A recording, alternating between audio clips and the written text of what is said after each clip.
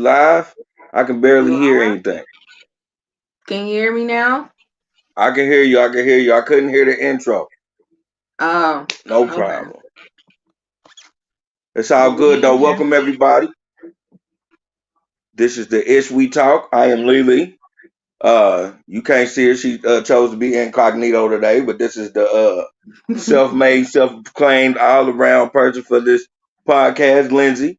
Say what's up, everybody. Hey, everybody. All right. And of course, you can listen to us on Apple Podcasts, uh, Stitcher. There's motorcycles in the background, YouTube, uh, Twitter, Facebook. Did I say Amazon Podcast, and Spotify. If you're on Apple Podcast, please give us 4 stars review so we can keep this thing popping. I hope I said all that right. I hope y'all heard me pass those motorcycles. But good motherfucking Sunday evening, people.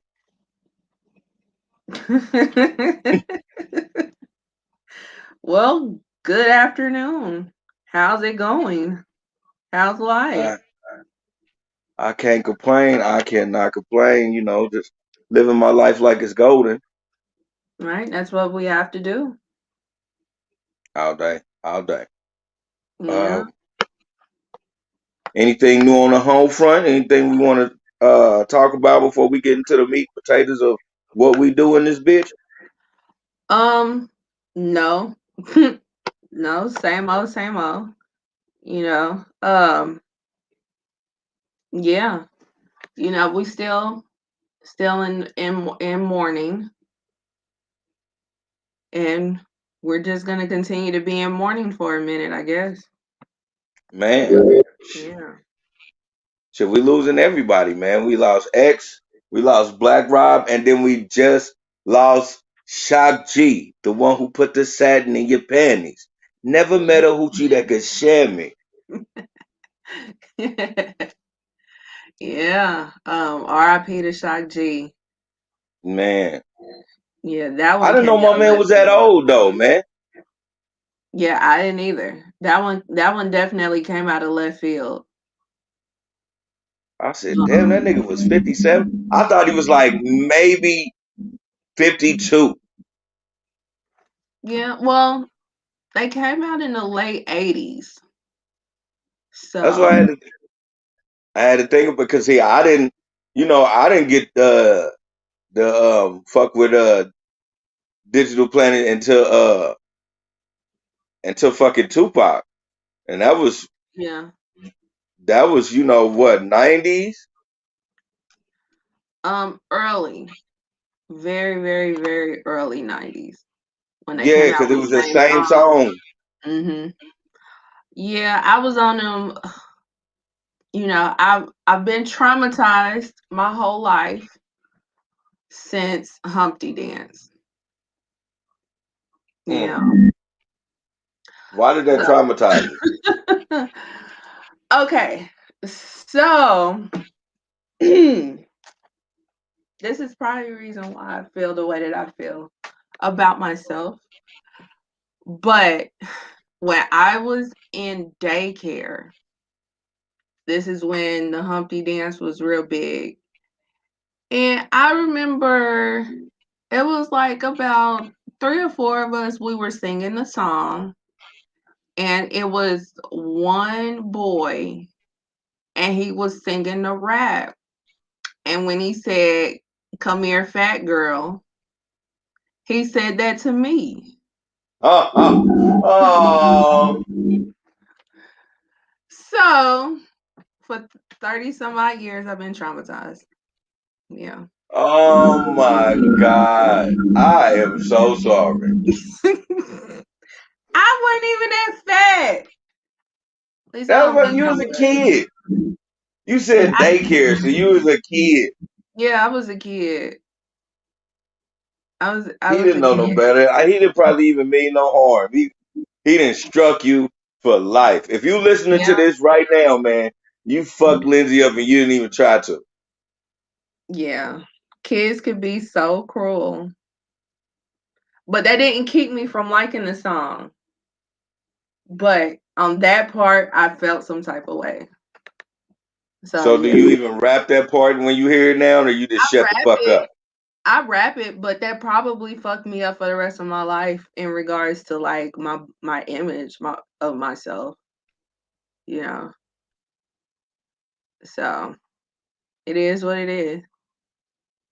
Yeah, like yeah, don't end up being like one of them gym freaks, and that's all you hear in your head. No, it didn't fuck me up that much. Right.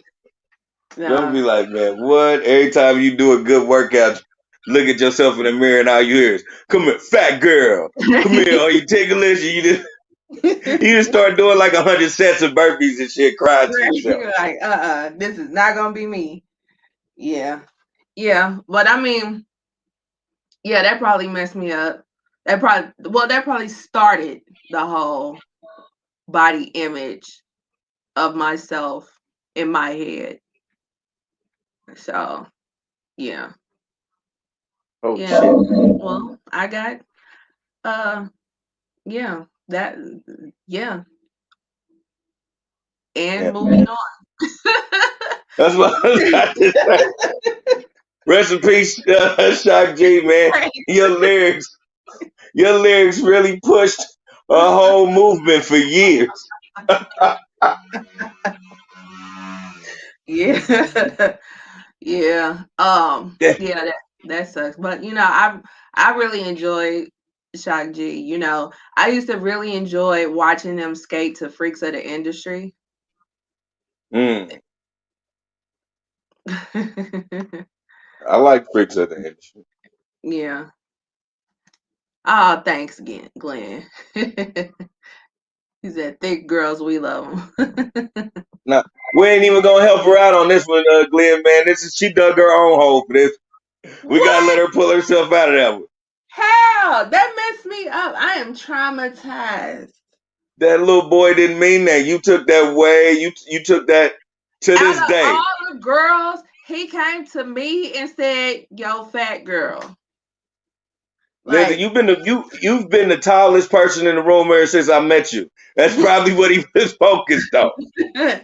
I wasn't always the tallest person though. I can guarantee you probably was the tallest person at that time. Maybe. I don't. Exactly. I mean, there were older kids there that were taller. I don't know. All I know is I was traumatized. For me to remember that shit, and that's probably Yeah. like 30 some odd years ago. Yeah. Oh yeah. You was fucked up, man. You was fucked up, fam. Yeah. Wow. They was dry humping on the wheels. Really? That's that Kansas shit, Glenn. That's what them Kansas niggas was doing. Right. Right. We weren't doing that on this side. We was actually skating. But yeah. Yeah. They had DMX's memorial at the Barclays yesterday, and now they having his funeral as we're recording. Um, yeah. Again, RIP the DMX. Man. Yeah. Um, I do have a video of that I'm gonna share of them outside the Barclays yesterday. Hmm. So let me pull that up.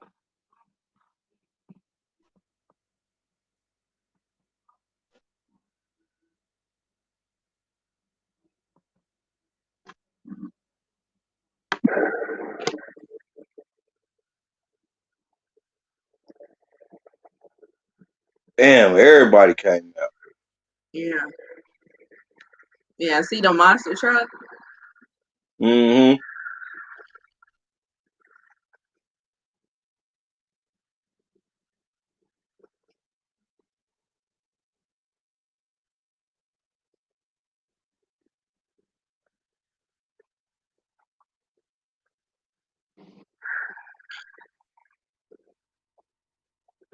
Yeah.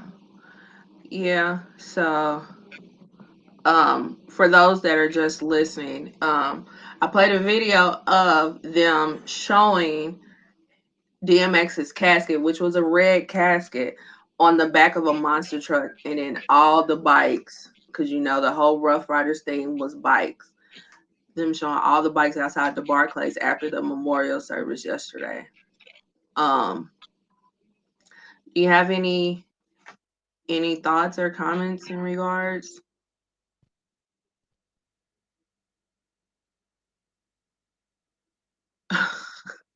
Glenn says Nigga, you is no. fucked up.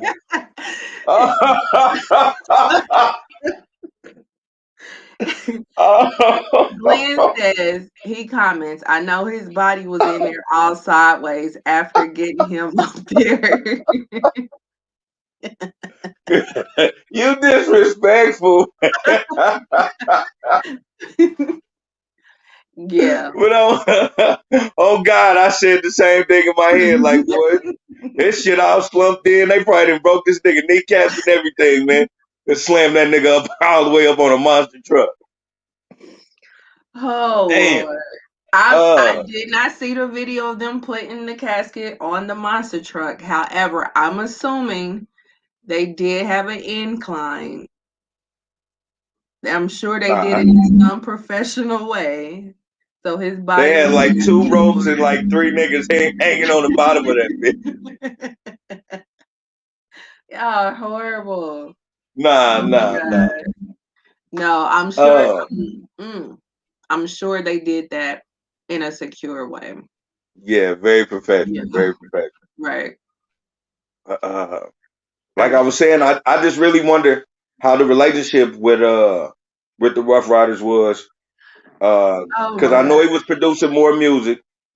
I know Yes. he had His album is finished. yeah. And he had re-signed to Def Jam. Okay. So so that I know that's only good, but he was in debt, man. Yeah. And I'm sure at this point he's probably out. Because you know how people do when after you die. Right. So Yeah, because he was like $1 million in debt. hmm yeah. But I'm Yeah. just saying, I wish. I don't know. I kind of wish, man, that it could have. Because I mean, you can't change death, man. You don't never know when God's gonna stop push that button on that stopwatch for you. But I just kind of wish that he would have been in a better place. Because I don't. He wasn't in he was in a good space, but he wasn't in a good a place where he should have been. Nigga had 17 kids and $1 million in debt.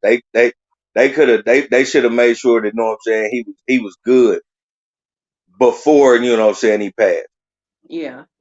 Yeah. Well, Glenn says that they said Jay-Z had cleared his debt at Def Jam. Okay. But Yeah. yeah, and they Um, should have definitely did that. yeah. Everybody should. They should have cleared this debt a couple years ago when he made that comeback. Right. Right. They should have just cleared his debt off GP because he saved Def Jam. You know what I'm saying? Exactly. You know. Um, I know there was rumors saying that Jay-Z and Beyonce had bought his masters and gave them to his kids. I don't know how true that Nah, that ain't. Yeah, I looked that up. It ain't true. it ain't true. Okay. Nah. Yeah. Yeah. It's so many rumors going around with his passing and leading up to his passing and the calls for his passing that I just take information with a grain of salt. Like if it ain't coming from an official place, then I just take it with a grain of salt. Cause it's just so much, you know. You know. Now I did see, moving on to Black Rob, I did see that Diddy was trying to help him in the end, and then I heard that he was helping with his funeral. And when I saw that, I was like, help. Like, Right. why would he be just helping? Why wouldn't he, like, that's pocket change for him? Why wouldn't he just pay for his funeral? because he don't give a fuck, man. He, Um, it, I don't know, because I watched the Master P interview that he did with the Breakfast Club this past week, and I mean he brought up some good points in regards to artists and them handling their finances and setting themselves up. Like a lot of people want to come down on the head, like a lot of people was coming down on Diddy, but he was like, you don't ever see nobody trying to come down on Claude Davis or Jimmy Iovine or any of these white folks. And I was like, well, you have a point, because you never hear anybody speak negatively about Jimmy Iovine. The only time you ever heard somebody speak negatively about Clive Davis when it came to Whitney Houston, not with anybody yeah. else. And that was just in how he handled her passing. But the reason why you don't, I think what they, because I get what I guess what P is trying to say, but a lot of times you won't hear nothing bad about them because they came from a cloth of you had to groom your artists into certain things, and certain things was wrote into their contracts. Like, I know Clive for a minute was writing into people's contracts that a certain percentage of their money automatically got put in the safe. Mm, So they wouldn't be on no bullshit. Uh, people, when you at a certain I guess level as far as that, man, you try to make sure that the artists don't come around and bite you back in the ass. And they learned from watching motherfuckers get duped in the 60s and 70s how not to play, they artists, because that shit comes back and it doubles down and bites you. And instead of, you're going to end up losing money. So yeah, they learned to do shit like they had allowances, shit like that they allowed them to do that was, courtesy right off the company. yeah, So he makes a good point, but at the same time he got to realize Puff Daddy wasn't doing what you were doing, Master P. Master P, everybody was getting money every week regardless. Puff wasn't doing that shit. If you ain't producing, you ain't eating. but in the same breath, is it Diddy's responsibility to do that? Because his responsibility was to pay them. Now, what they did with their money is something different. And then if he paid them the right amount or whatnot, that's a whole different conversation. But he paid them nonetheless. They did get some money, whether it was the right amount or not. They got money. So is it his responsibility when you don't do right by the money that you're paid? Hell no, that ain't his responsibility. But at the same time, man, he's responsible for screwing them over because like they were getting nothing. Like I think he gave Mace like $30,000 for a shit. Yeah. you Yeah. know, and I'm pretty sure Black Rob didn't even get that. And if you know that you're gonna make 10 times more than that, why don't you at least give him 5%? Okay. I'm with you on that. However, whose responsibility is it on if you're getting screwed? The person that's getting screwed or the person that's doing the screwing? The person is doing the screwing because you're only screwing people that don't know. But whose fault is that? Your fault because you shouldn't do it to people like that. Yes, you shouldn't. However, if you do, I feel like I feel like some of the blame got to be put on the person that's being screwed. You know what I'm saying? You got to make yourself aware of what you're signing. If you don't know what you're signing, then you need to get a hold of some people that do know. Like Master P, I remember watching his chronicles where he went and paid a lawyer to basically lay everything out for him because he did not know. Now I get that everybody ain't able to like Right. drop some money to a lawyer for them to teach you the ropes and stuff like that. But if you feel like this situation may not be 100% on the up and up, or even if you feel like it is, I feel like legal representation is vital so that you don't end up in situations like this. Like there's countless times, there's so many generations and countless times and countless stories of people being screwed over that you already know that this stuff happens, whether by the brother man or the other man. So why not put yourself in a position to where you can try your best not to be screwed over? Like I some totally of understand that, the, yeah, like but then at the same time, I'm kind of like in the zone of thinking like um we're talking of a perspective because of what we've seen and about the music industry and we're making comments off that. If we rewind this shit back 15, 16 years ago and somebody wanted to sign you for doing a Humpty Dance remix and they just was like, sign this, I'm gonna give you $40,000. You not thinking about that shit. You thinking about $40,000 because you never had $40,000. right, You right, know, so it's and I definitely get what you're saying.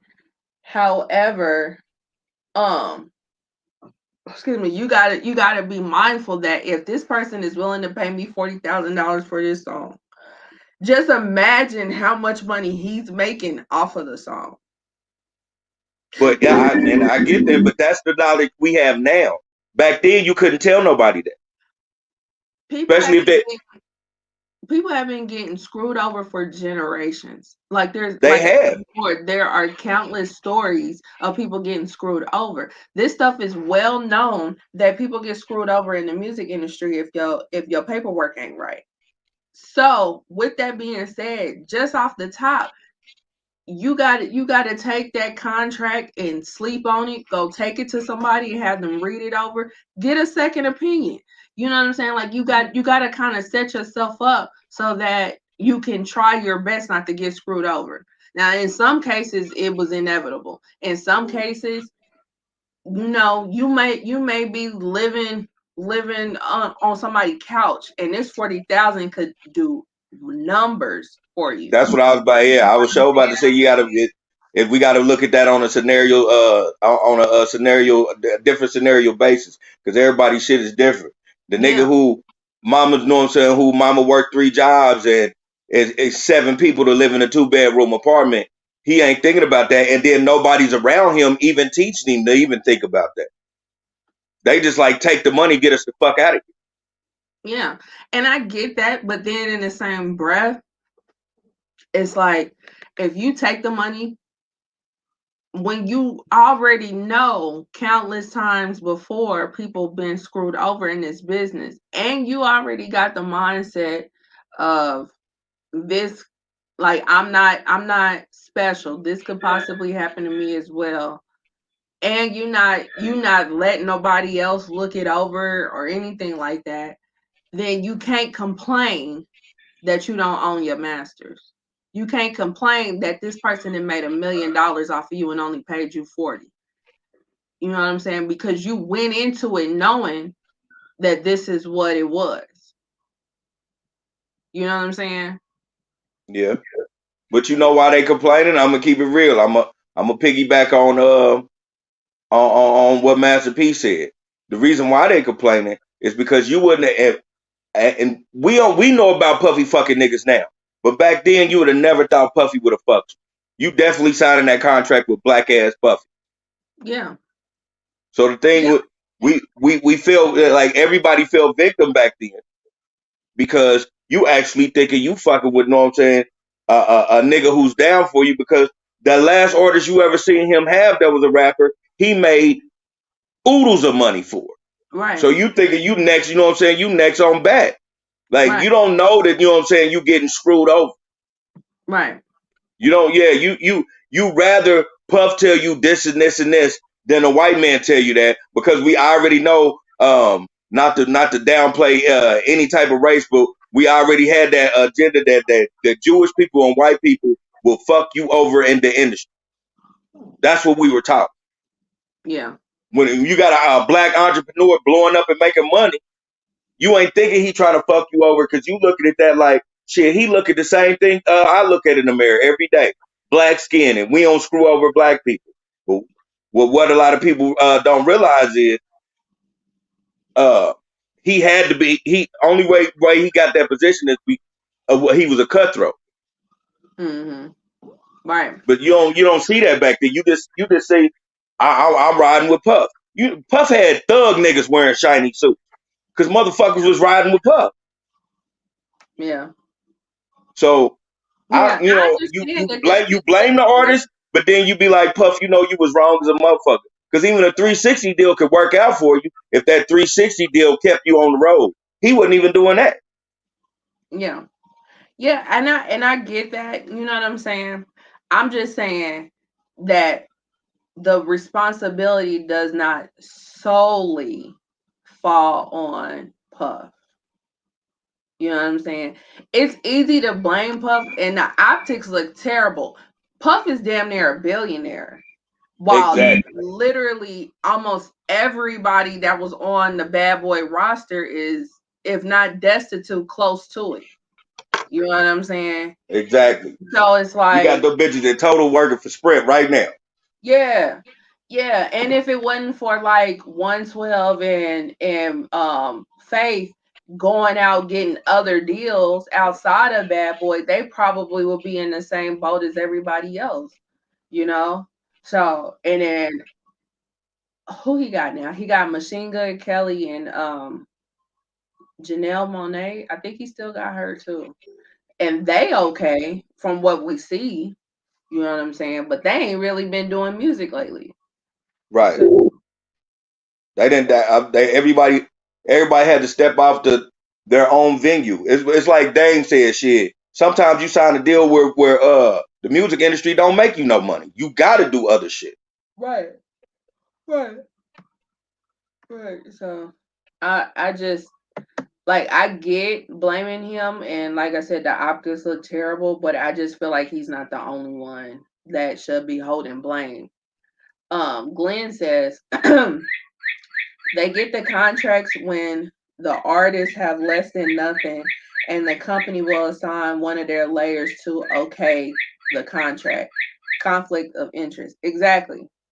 Exactly. Like, that's the reason why I was saying, like, you got to go get your own lawyer and stuff like that, because yeah, it sounds good for them to be like, hey, we got a lawyer for you or whatever. But then, just like how the TLC movie illustrated, the damn lawyer works for the people you signing too. That's a Right. big ass conflict of interest.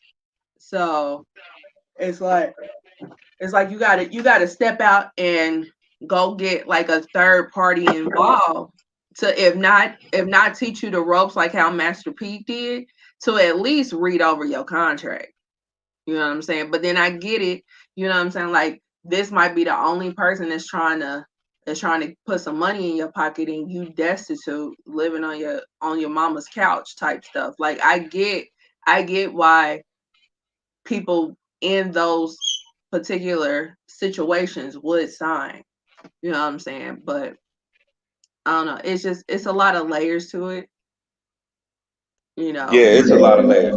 Now I'm not gonna say Puffy. I can't give him full responsibility because, like you said, you should do your due diligence and but like Glenn said, when you got somebody that's down and out, man, they thinking that you're not gonna screw them, especially because they butter them up Yeah. to get you to sign to them. They gonna butter you up. They got you riding around in nice cars. You Right. you you eating out with them. You popping big bottles. You thinking you're not gonna get screwed, especially when you young and don't know too much of shit. I'm gonna keep it 100 with you. When I was 18 and rapping, if Puff Daddy would have told me he'd give me $60,000 and don't think about it, shit, I would have signed it without a heartbeat. Right. You know, Right. I Right. would I would have been like, fuck that shit. Yeah, let me get the fuck up out of this motherfucker. Cause shit, I didn't see 60 grand. Right. Right. I get it. I get it. But I mean, especially, it's just it's just a bad situation when you come down to it. You know what I'm saying? Because Yeah, nobody teaches you, hey, you gotta pay people out of that money. Hey, you gotta pay your taxes out of that money. Hey, shit is high.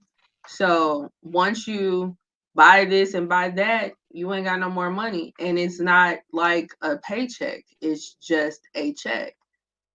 You know right. what I'm saying? So you're not gonna get another one every 2 weeks. You know what I'm saying? So it's a I mean it's just a bad situation that people find themselves into, and then it doesn't make it no better because now you didn't win and told the world, hey, I didn't sign, and now everybody expects something out of you. Like that's a lot of stress, Right. you know. And then unfortunately you end up in situations like Black Rob did, you know what I'm saying? Because not only have we not heard from him in umpteen ages, but he had a whole lot of ailments. Healthcare is expensive. And So see, for me, I think that's where it get that's where you blame Puffy. Cause I ain't say cause a contract's a contract. You know, that it is what it is. You can't cry over spilled milk over that shit. But when you had an artist who basically put Bad Boy on his back for that stream that he was doing for that little while he had that woe, and hmm you ain't looking out for him, it should have been no way he was homeless. yeah, You know what I'm saying? It should have been no way that the medical bills wasn't taken care of. Like, you know what I'm saying? That shit ain't nothing. That shit as pocket change to Puffy. right, right, That shit would have been under $1 million. right. He could have at least did that. He could have, he could have. But then goes back to what I was saying earlier. Like it ain't 100% his responsibility. Once their business is done, he's not responsible for them no more. He doesn't have to do anything anymore. He doesn't, but you don't want to hear that shit. No. You don't like, you know what I'm saying? It's people that you ain't fucked with in years. But if you was in a position of power and you hear, such and such is going through this, you'll be like, you'll send something on the free line to him. Yeah. That's all I'm saying. I'm not nowhere in the music business to, know what I'm saying, to talk about contracts and none of no shit like that. I'm just saying, when you hear something that's going bad, when he heard he had them 3 strokes, he should have said, get word to his people, tell him I'll take care of that. Yeah. Yeah. He should have. He should have. Yeah, because there's no reason why he couldn't have, you know, All right. outside of the fact that he's just like, this ain't my responsibility. Yeah, you just being ignorant. You Yeah. over here trying to fuck your brothers. I mean your little boy's ex girlfriend, and you ain't tripping off the motherfucker that helped you out. Yeah. Yeah. Yeah. Because I mean, Black Rob was a big part of Diddy. I mean, not of Yeah, Diddy, but of Bad Boy. that whole woe movement helped Bad Boy get Bad Boy South. Uh, helped them. No, it brought them back because Yeah. they didn't have shit when Mace left. They didn't have no real artist. They had Loon. Who the fuck gives a fuck about Lane? That's no disrespect to Loon, but Loon wasn't pushing units. Yeah. Loon wasn't that big of a deal. Like you can't name not one Loon song. You could I name just features. remember. I remember. I remember a video of his where him and Diddy, they both had on these white fur coats and they were sitting on cars. I can't tell you the name of the song to save my life, but I remember that part of the video, and I'm sure that was Diddy's doing. So, but yeah, excuse me. But yeah, no, I just remember him being very handsome. That's the only thing anybody remembers about Loon. Yeah, He was for the bitches. He was a dark skinned nigga for the bitches. yeah, yeah. But yeah, I But you gotta look out for people who, know what I'm saying, who put money in your pocket. I'm gonna just keep it 100. He yeah, wouldn't he wouldn't be close to a billionaire right now if it wasn't for Black Rock. right, right. And that's what's so crazy because Diddy was like the at the top of the list for a couple of years um before Dre did that deal for the headphones. Yeah, You know. he was that dude. Yeah, and then Glenn says the only Loon song I know is "I Need a Girl," and that was a feature, right? Exactly. Like I said, you know his features. Yeah. I need a girl, and then because I was a kid when this song came out, I remember that the song with Harlem World uh for the Rugrats soundtrack. Take me there. I Oh, wanna go there. he was on that. Yeah, he was on there. I remember Mace and the Blinky Blink dude from Harlem World being on there. I don't remember Loon being on there. I thought Loon was on there. No, not if my memory serves me correctly, because it was Blackstreet, Maya, Mace, and Blinky Blink. I thought Loon was on there. Uh, Here, let me Shit, we could let's act scratch like that we then, got cause shit. let's act like we got Google. Let's act like we got Google. Take me there.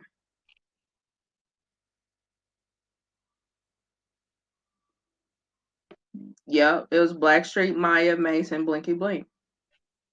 I thought Loon was on that motherfucker, but I was mistaken. Yeah. Like, yeah, and then shit, Glenn, you right. That's the only song we got from Loon. I know Loon did a lot of ghostwriting.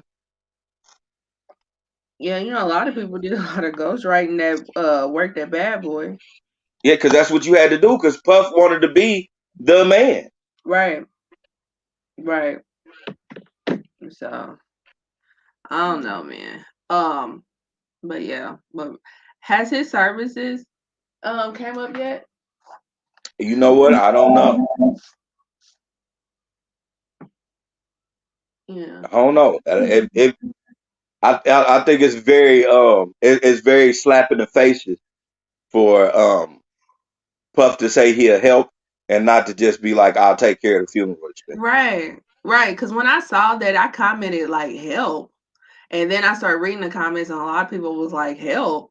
So yeah. Um, but yeah. And then Shock G. Oh. So yeah, death comes in threes. And I guess these are our threes. Our three. Man, Yeah. So but rest in peace to all three of them. Um, yeah. So moving on. Did you let's get into some ratchet shit. let's get into the All ratchet shit. of this sad shit to some ratchet shit. You know, ratchet is awesome. We love it here. So, Yes, we did do. Yes, you, we do. did you get to watch season 2 premiere of Joseline's Cabaret? Hell yeah, I did. So, what are your overall thoughts? First and foremost, I want to say that I gotta finish watching the first season because I didn't know they was gonna be showing titties like they show titties, and I like watching titties. So you know, once I seen the first titties, I was like, oh, this gonna be a show. Cause they usually blur that shit out, but they ain't blurring none of that shit out. Now we talking about Zeus. Zeus Yeah, shows it all. Zeus says it all. They don't give a fuck on Zeus. I fucked with Zeus because of that shit. Yeah. I said, damn, look at the titties. Like, fake titties, natural titties. That shit is what I need to see on TV. I'm Um, dead. Second thing is the chick natural.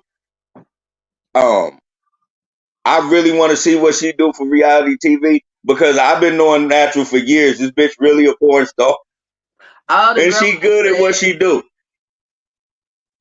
yeah.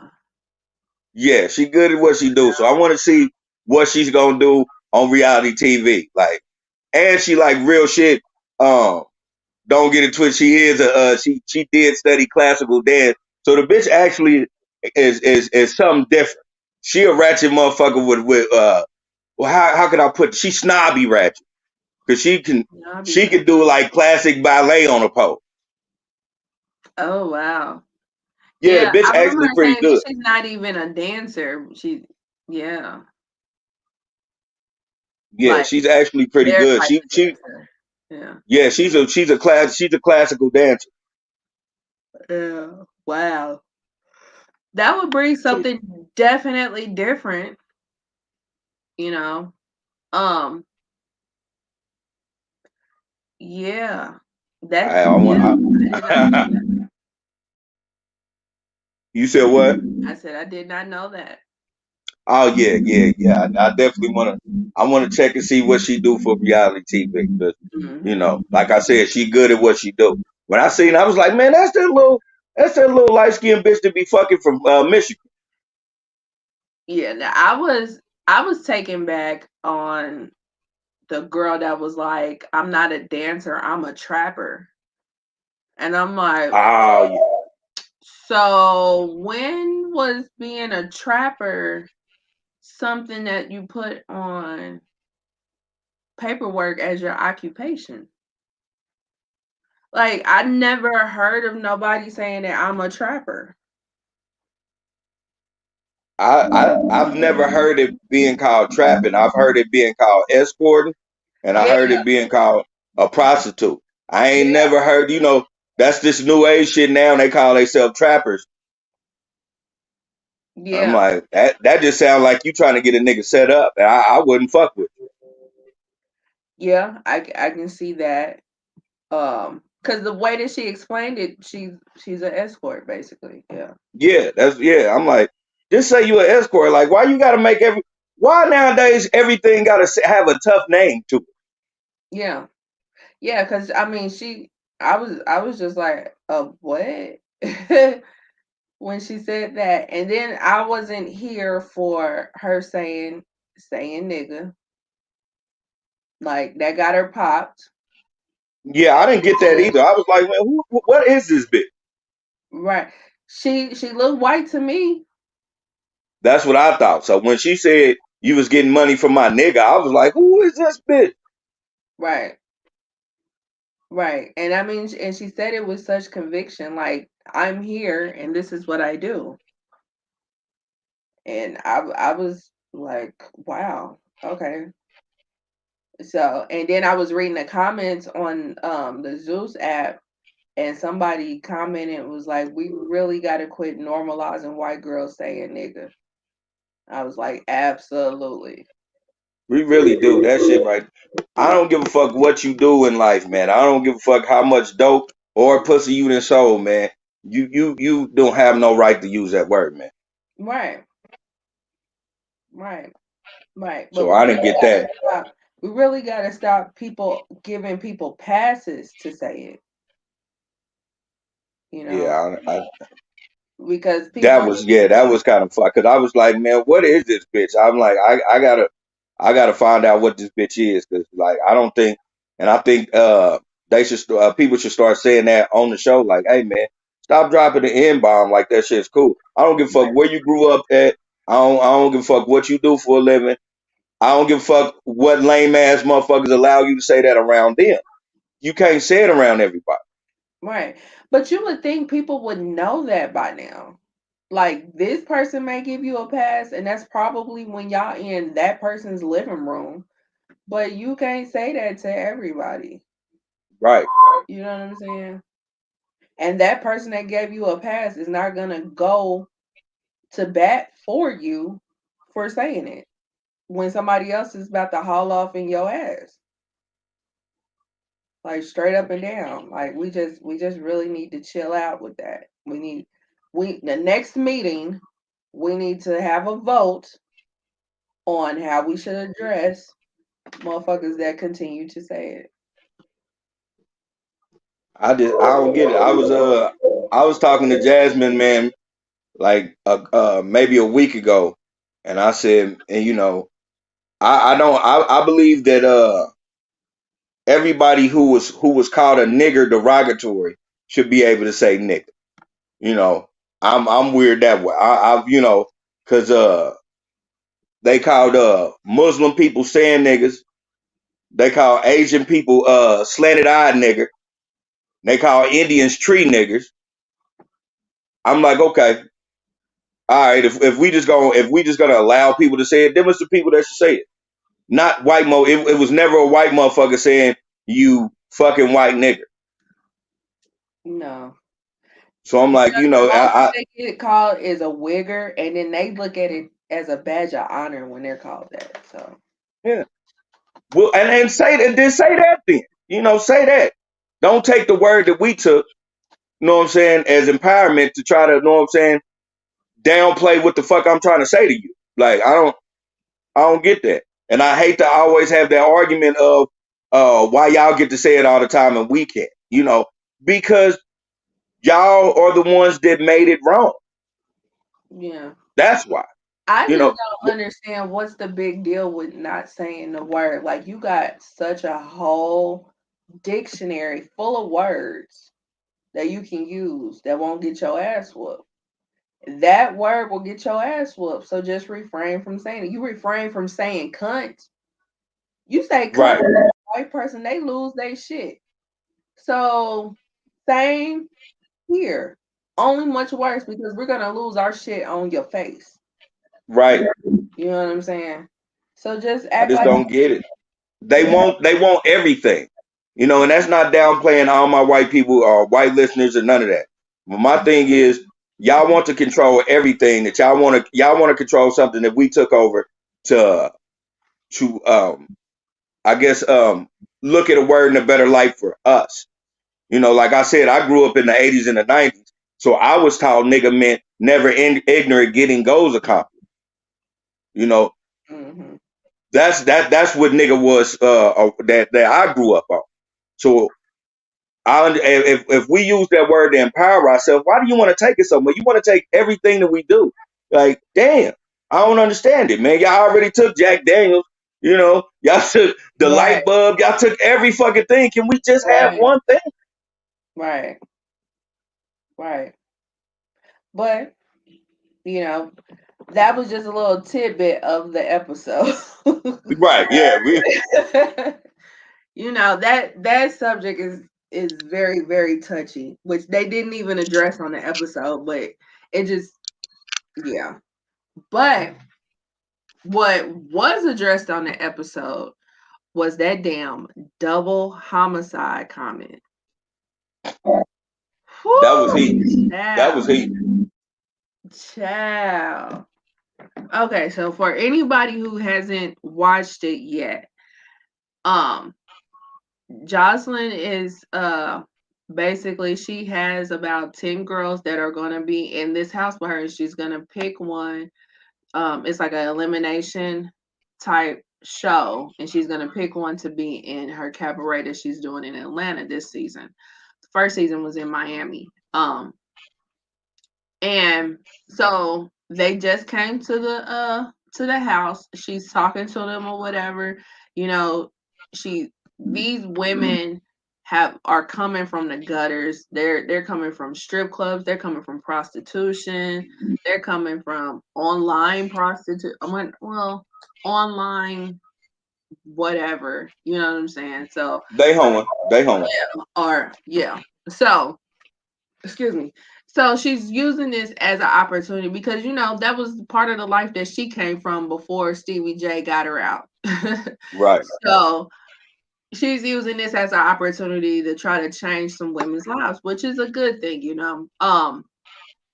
While she was talking to the women, there was one that was crying while she was talking, so she had her come up to the front. She started like telling a little bit of her story. Part of her story was that she aborted twins because the dude that she was pregnant by basically said that he didn't want no dealings with her no more. And one of the girls said, damn, double homicide. Double homicide. And this clip before the show aired, this clip went viral. Like Joseline was trending because of this clip. So, what are your thoughts behind that comment? I Which feel they that comment was naming the episode after. yeah. They So named the episode "Double Homicide." yeah, She wasn't wrong. You know, and I guess in a literal sense, she wasn't wrong because she didn't abort um early. She aborted when they were when 1 you were month. able to tell the genders Yeah, and they were functioning and all that. So she killed two babies. That was a double homicide. So she wasn't wrong, and I feel like she shouldn't. That the girl that said that shit, she shouldn't have really tried to put it out there because she didn't do it because she thought she was gonna struggle. I believe she did it because the nigga left. yeah. You know, But what I also took from the episode was that the girl was like homeless. I think like she wasn't in a good place. However, yes, you're right. I feel the same way. She did that because that dude left her. yeah. Yeah. So But I mean and she was I a can't. gender and she was like 4 months. She was yeah. It's that one that comment. Ooh, child. That it was it was low class, but she wasn't wrong. In a literal sense, yes, she wasn't Yeah, wrong. in the literal sense, she wasn't wrong. But it was a very low class. Like you Yeah. know, I feel like she could that could have ended a lot better if she would have just like maybe said that shit um to herself. Like that you gotta keep things like that to yourself. If you know And what I'm saying. the way that it played out, because at first when the clip was going around, some people were commenting saying, "Hey, it was a slip of the tongue," like because the way that she said, "Oh, I'm sorry," like Yeah, yeah, it sounded like it was like a legit slip of the tongue. However, if you watch the episode, she doubled and tripled down on that shit. she did. You know what I'm saying? And it was just like, damn, this girl. And then when she was talking, oh my god, when she was doing her one-on-one, and she was like, "Weren't those babies kicking?" I was like, "Godly, these hoes ain't got That's the no thing. ears." She's not wrong. It's like because everything she said was so legit true. Yes, It was like, I damn. agree. In a literal sense, absolutely.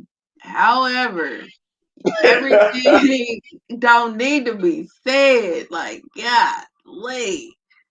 It don't. But damn, damn. Like I kind of feel like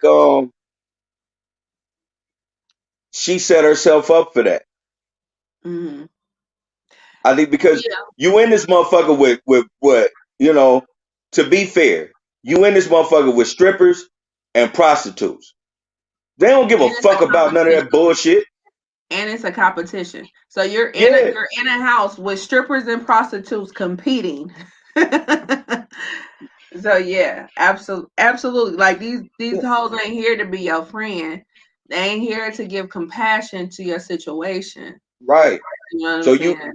you don't play the sympathy role in front of everybody. That's something you should have had a one-on-one conversation with Jocelyn with. Yeah, right. Because if that would have just been a one-on-one conversation and we wouldn't have got the double homicide comment until like the reunion, it would have made more sense. Hmm. Yeah, she would have played it right if that Yeah, if she would have did it that way. You know what yeah, I'm saying? But it seemed like she just did it the way that it was playing out. It seemed like she which she couldn't have just done it because she was 4 months and she's skinny as hell on the show. You know what I'm saying? Like she would have had a couple pounds on her. Right. You know what I'm saying? So it couldn't have been just like right then. Exactly. That's why I said you just searching for sympathy play, but you can't work out for sympathy play right then and there in front of a bunch of cutthroat bitches. Yeah, it's not That's gonna work out that way. yeah. That's like walking into a motherfucking pool hall full of thieves and be like, "Did you see my wallet?" They gonna laugh at you. Like, what the fuck are Right. you talking about? What wallet? Yeah, the fuck, nigga. Yeah, and you know, yeah, I seen your wallet. It was back where the fuck you came from, nigga. Get the fuck out of here. Right, right. Like, yeah, I just think, yeah, I think that sympathy card she shouldn't have played. And then, you know, on a serious note, I don't think you should play. You should even run anybody down for when once somebody say that they feel like they can't live anymore. That's a whole different that's a whole different scenario, man. And you gotta. I don't give a fuck. All jokes aside, man, you gotta leave that be because I know suicide personally, Mm. and that shit don't. That right there is when I feel like, hey man, you might just want to stop saying that shit to that bitch because you don't know what people going through. You could play it up like that motherfucker just doing it for the cameras, and then that motherfucker hang themselves. Yeah. So you know what I'm saying? If I was in her shoes, once I would have heard anything about her wanting to hurt or harm herself because of that, I would have never brought that up again because suicide is something I don't play with. I honestly feel like as soon as she was on that tip, they should have had her leave the show. I do too. I really do too. Cause I get the conversation that Joseline had, which was a cool conversation. You know what I'm saying? She spoke to her like she spoke to her like on a real level. You know what I'm saying? And I appreciated that conversation. However, if I was a EP, I would have been like, you know what? This ain't the show for you. You know, No, I want to personally drive you to a facility to get you some help. You know what I'm saying? Because exactly. you're not mentally stable to be here. It's a lot of E- bullshit that's got to go on in this house. You're not mentally stable to be here. You know what I'm saying? exactly. So I that's how I feel. But yeah.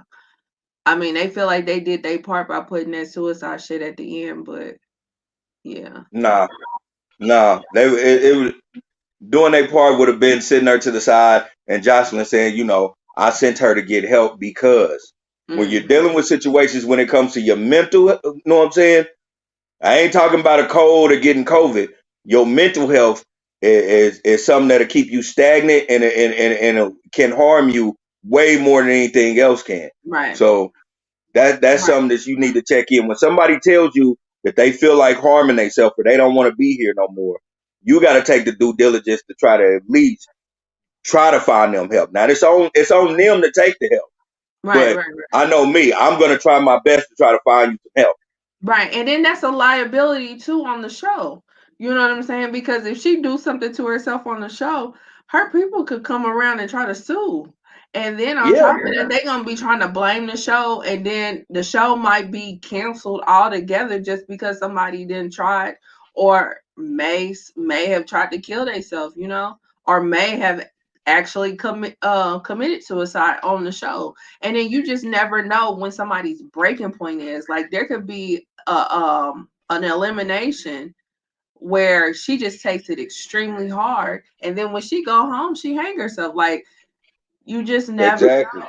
You know what I'm saying? That's why I just really was like, I really wanted them to just go on ahead and be like, you know what, on some real shit, you not ready, you know. Yeah, So but they didn't. I would give her the opportunity to have a second chance on the show if I do a third season. Right, But I wouldn't. right, But this season ain't for you because right, the thing is, because you're about to go through a lot of shit. You about to get bullied. You about to get fuck all the abortion shit. You about to get body shamed and all that. These bitches is about to run and drag everybody in here, and this might Exactly. not be a good fit for you. Exactly. Exactly. And I felt like somebody should have been like, you know what, fuck these cameras. Let's talk real. Like you not ready. Yeah, So, but she's there. So we'll see her next week. yeah. um Hopefully that shit wasn't just played up for the camera, because it is a lot of people going through issues like that. And if you're gonna keep her on the show, man, you should keep a good watch of her. right, right, right. Well, we'll see how they handle her situation. That's Yeah. all we can do is just see. Um but yeah, Joseline's Cabaret season 2. It is on Zeus. Um yeah. With her, So with her fiance. I didn't know who the fuck is this dude. he's a producer. His name is Ballistic Beats. He's a producer and he's out of Philly. And the reason why I know this is because I watched them on Marriage Boot Camp, and then of course I follow her. So I started looking him up and stuff like that. So they've been together for a few years now. And he seems like a really good guy for her. He's actually having her make music that sounds pretty decent. Yeah, I can't do. I went back and watched 2 episodes of the first season, and she had a lot of music on there, and I was like, you know what? This ain't bad. This is way better than what the fuck Stevie J was doing for this bitch. Exactly. Exactly. Like Shit. I knew Stevie J wasn't the right producer for her years ago when she did that song with Rocco and Young Dro. Cause she sounded Hmm. good on that song. And I was just like, and then you can understand her and everything. But it was Stevie J was the problem. Stevie J, Stevie was a Right. real. He was a real managed problem. And the thing is, that was why, like I said, I caught a couple episodes of the first season, and the guy, like I believe he really don't like Stevie. Like he was just like, I just want him to co-parent with us. Like what nigga says that? Like I Yeah, don't want this because nigga around. I want him to co-parent with us, and he got to go through me type shit. but he's been her dad. That's the thing. Like he's been around for damn near her whole life. And like that came out on Marriage Boot Camp because the whole custody battle stuff was played out.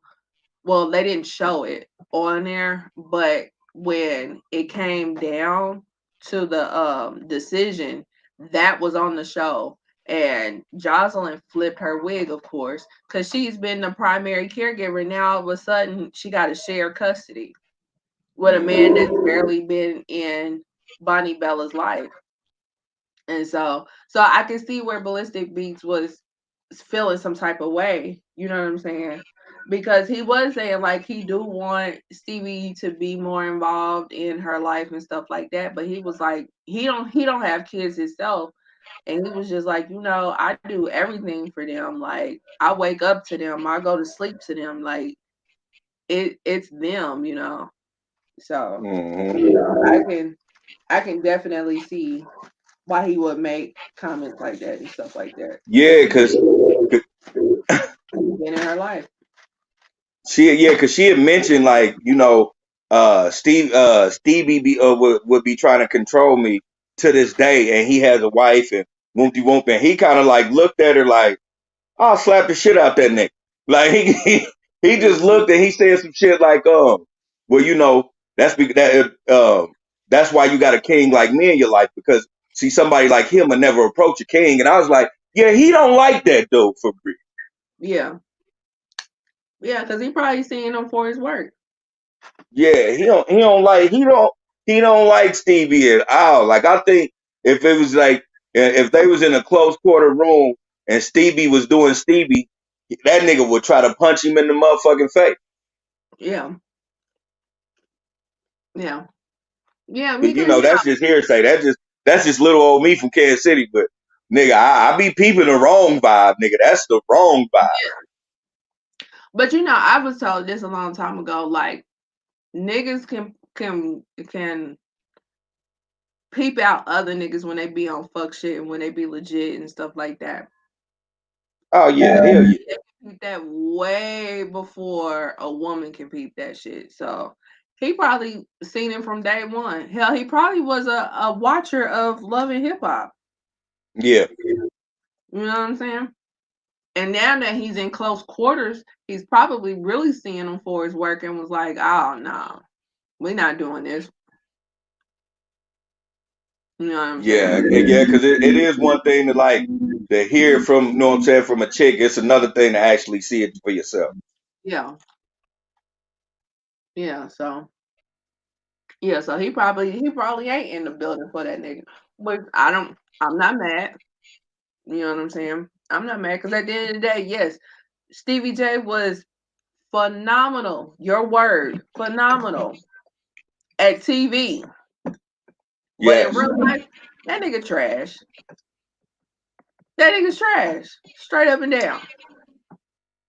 Yeah, So yeah. He's no fuck God Bobby Womack, but he definitely fuck boy elite. oh yeah. Now he studied at the school. He Yeah, definitely yeah. probably was valedictorian. But Yeah, yeah. Nah, valedictorian gotta go to Shine Puff Daddy fuck your kids girl poems. But Stevie J was salutatorian. You yeah, know, he was he was right salutatorian. under there. Right. Right. He definitely graduated with honors. Yeah, yeah. Cause them niggas right there, man. Motherfuckers. Woo. I don't need. I'm at a loss for word at the uncanny ability to be fuckboys around. And Stevie J got a lot of like weird fuck boy shit. Like this nigga, I remember it was going around a couple years ago. The nigga had a porn tape where he was fucking a dude. I was like, oh, what the fuck? I ain't never seen the shit, so I can't say if it's true or not. But they were saying this nigga like wild out here. He just can't control his dick at all. Oh, so he probably got something like an addiction. Yeah. I'm like, Okay. man, you lying. They like, nah, they got pictures of this nigga fucking a boy and all that shit. I'm like, yeah, I'm cool on Stevie. Yeah, I don't want to see none of that shit. Right. I seen the one with him and Eve, but that's I it. did too, and then that wouldn't even. I was kind of pissed off about that because that wasn't no. That was just her playing with the dildo, man. I thought she was getting rammed. I was like, that ain't fuck that shit. You want to see Eve get fucked, especially at that time. I'm about to get real little boy fucked up right now. Uh, at that time, everybody liked Eve, and I wanted to see Eve getting fucked. I don't want, but playing with a dildo is cool. But damn, it wasn't even long enough for you to enjoy it.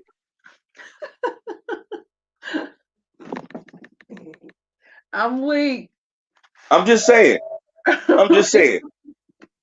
I don't. I think that's why she was able to marry a billionaire because, like, technically, that ain't no sex tape, technically, technically, it is a sex tape. It's sex. man. It When may you not hear be the celebrity sex sex you tape, wanted to you want to see. see somebody getting the shit pounded out of. That's what I'm saying. It may not be the sex you wanted to see, but it was sex nonetheless.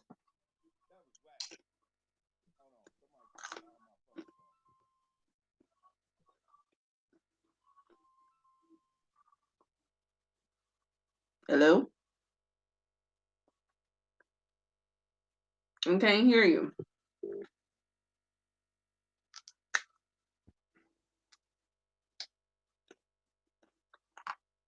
Hold on, guys. We're having a bit of a technical difficulty right now.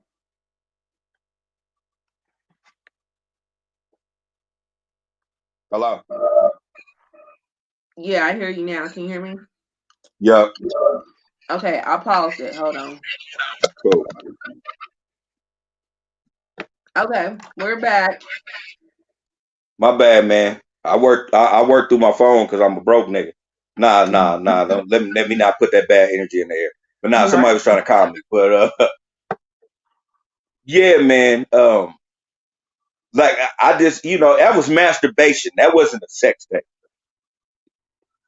That's a form of sex. Yeah, it's still it's masturbation. It's But it cool. was still a form of sex. That's Yeah, what I'm okay, it's saying. a form of sex. It Whatever. may not be I'm the just sex that you wanted to see, but it was sex nonetheless. And it wasn't like it was by herself, it was with her dude. true. All that is true. I just, if I hear Eve sex tape, I want to see the pit bull in the skirt getting fucked like a dog. Like, I'm sorry. That's what I wanted to see, and that's what I didn't see. And like that, I just was like, man, fuck that shit. Well, I can't be the only one that felt like that though. I'm pretty sure everybody was like, man, that's lame ass shit. I can't beat my dick. Go put my lotion up, baby. I mean, that's how I felt. I can't beat my dick to this shit. I can't get jiggy with this. Yeah. Yeah, it's so funny. We're gonna move on, but it's so funny because I've been rewatching classic shows. I'm glad you cleared that up because I didn't want you to say I've been rewatching classic sex tapes. I was about to say, where is this going, Lynn? But no. One of the shows I've been rewatching is Love and Hip Hop Atlanta. I'm on season 3 right now, and the last episode that I just watched this morning was the episode when the sex tape dropped and everybody watched it. Mm. So it's just funny we're talking about Stevie J and sex tapes. It was a Stevie J sex tape or the Eve sex tape? No, on Love and Hip Hop, it was Mimi's sex tape. Oh, yeah, Mimi sex tape. That Yeah, shit.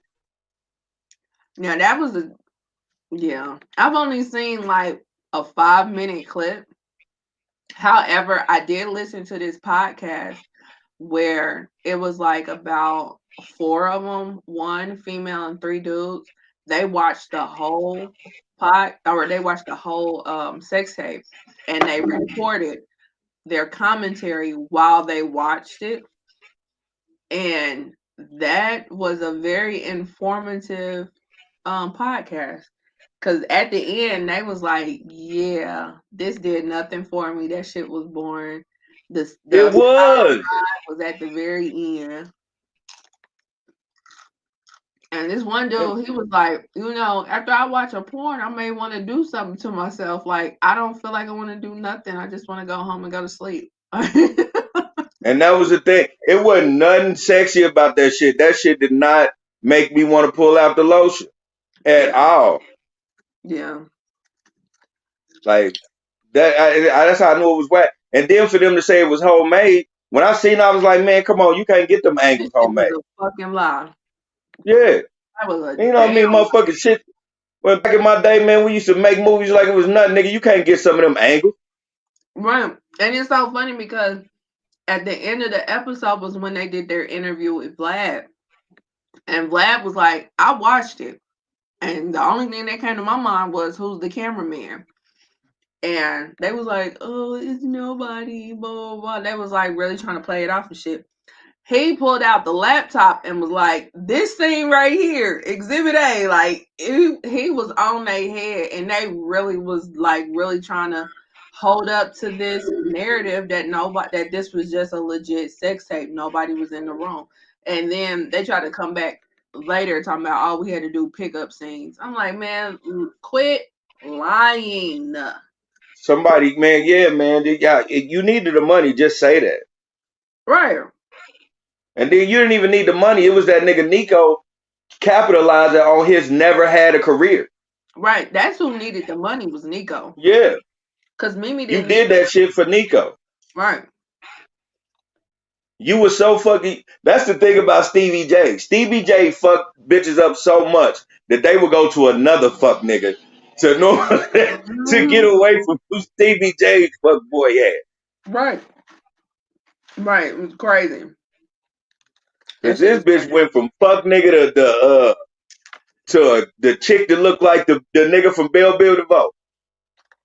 Man, he looked like a cartoon character. Man. And he just looked sleazy and disgusting. Yeah, he looked dirty. I said the first time I said, man, he looked like one of them dirty down North Crips. Yeah. He do. He do. That's what he remind me of. He Ugh. remind me of like, not all down North Crips is dirty, but the ones that's dirty is dirty. Yeah. Dirty than a motherfucker. And he looked like that. He looked like he throw his drawers under the bed when he about to fuck. Ugh. What the hell? Yeah, he looked like that type of nigga, man. Oh my god. I can't. Yeah, yeah, he looked like that dude. You don't trust that nigga. If you see pants and no drawers, you bet. Hey, ladies, I'm telling you right now. If you ever see some shit like that, you better lie and say something came up, cause that nigga about to give you some dirty ass dick. He gonna fuck your pH balance up. Man. Or that condom gonna be dirty when it get taken off. Come on. Yeah, like yeah, you do not do that, man. Do not do that. Just trust me. If you look down and see a nigga's pants and you don't see no drawers in them pants, tell him nigga, oh shit, I forgot I gotta go pick my son up. Make a lie. Make Right. up a lie. Get the fuck out of there. I had no kids. I lied. I gotta go get I them. lied. Yeah. Glenn Tell him said anything. yeah. Tell him your pussy got a cold. Tell him something. Fuck out of here. Right. Just whatever you gotta do to exit stage right. Right, yeah, cause that nigga, he about to give you the dirtiest dick you have ever had in your life. Talking about that dick about to be dirty. Okay. So moving on from the dirty dick. All right, so that was Joseline's Cabaret. That is on the Zeus Network. Will you be there for episode 2? I'm definitely gonna be there. I told you why I'm gonna watch that this season strictly because I like the chick natural. Mm-hmm. I like her, so I'm a see, what she does for ratchetness. You know what I'm saying? For reality TV. Cause I know the bitch can fuck. I know that. So I wonder, do porn stars get SAG cards? I don't know. Hmm. I have no idea. They Okay. might. Yeah, because I mean they're acting. Yeah, I was about to say they active. They got their own show. I mean, their own award show. Yeah.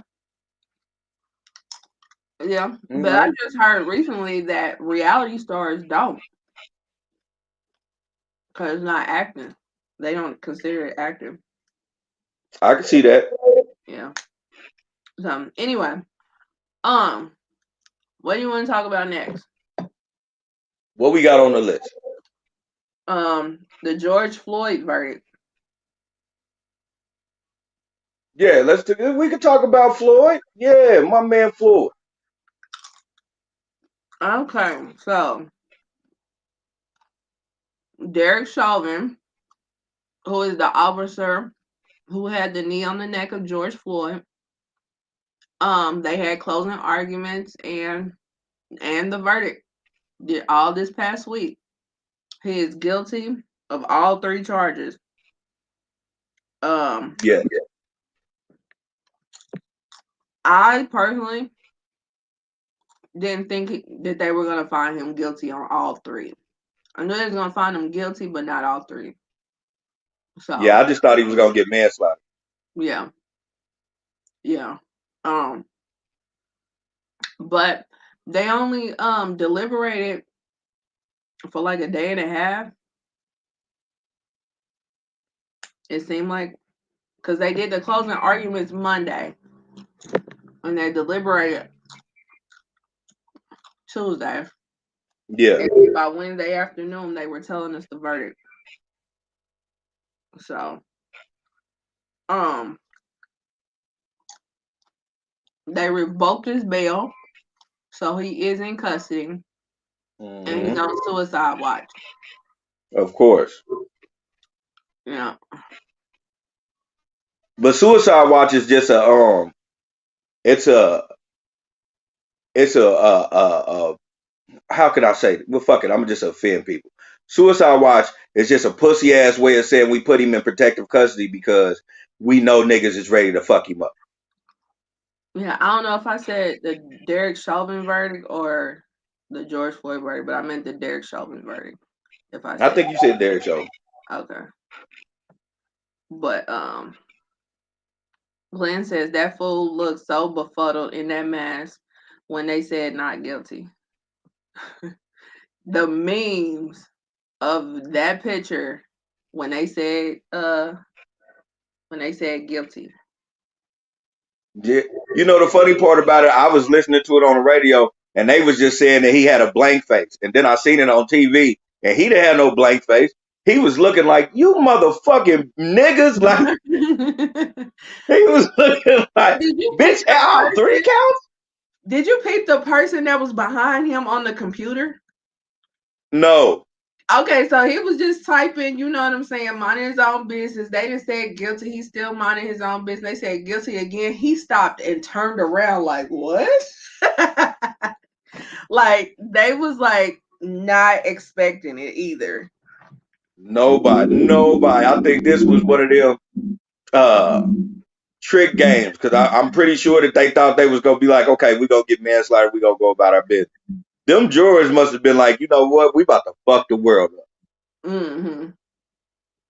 Yeah. We about to find him guilty on every motherfucking thing.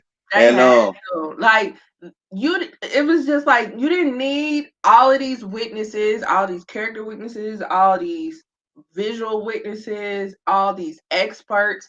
All you needed was that video. Period. that's it. Like, and the way that they was trying to discredit what we saw in the video, it was just like, I get it. You had to come up with some type of defense, but come on. I know as soon as them people took the case, they had to know that this was not a case that they could win. They had to know. Man, that dude said everything from drugs to aliens came into that nigga Chauvin's body. Dude, dude. It was just like it just has you at a loss of words. Cause Yeah. if you really are outdone at the lengths that people would go, you know. But I get it, you know, you have to go there. You know what I'm saying? For some type of defense to have some type of leg in the race. Mm-hmm. And then nowadays, a lot of defense lawyers, man, they don't even be looking to win. They just be looking to put their name out there, especially in big cases. Yeah, right. And that probably was part of why they even took the case. You know what I'm saying? Yeah, Because they just, they're like, fuck out of here. I'm not taking that case. I'd Glenn have said, laughed in your I face. You'd have told me that if I was a lawyer and you had told me, hey, I want you to defend Derek Chauvin. I would have laughed in your face and told you don't be calling me, man. Like, come on, it's a business line.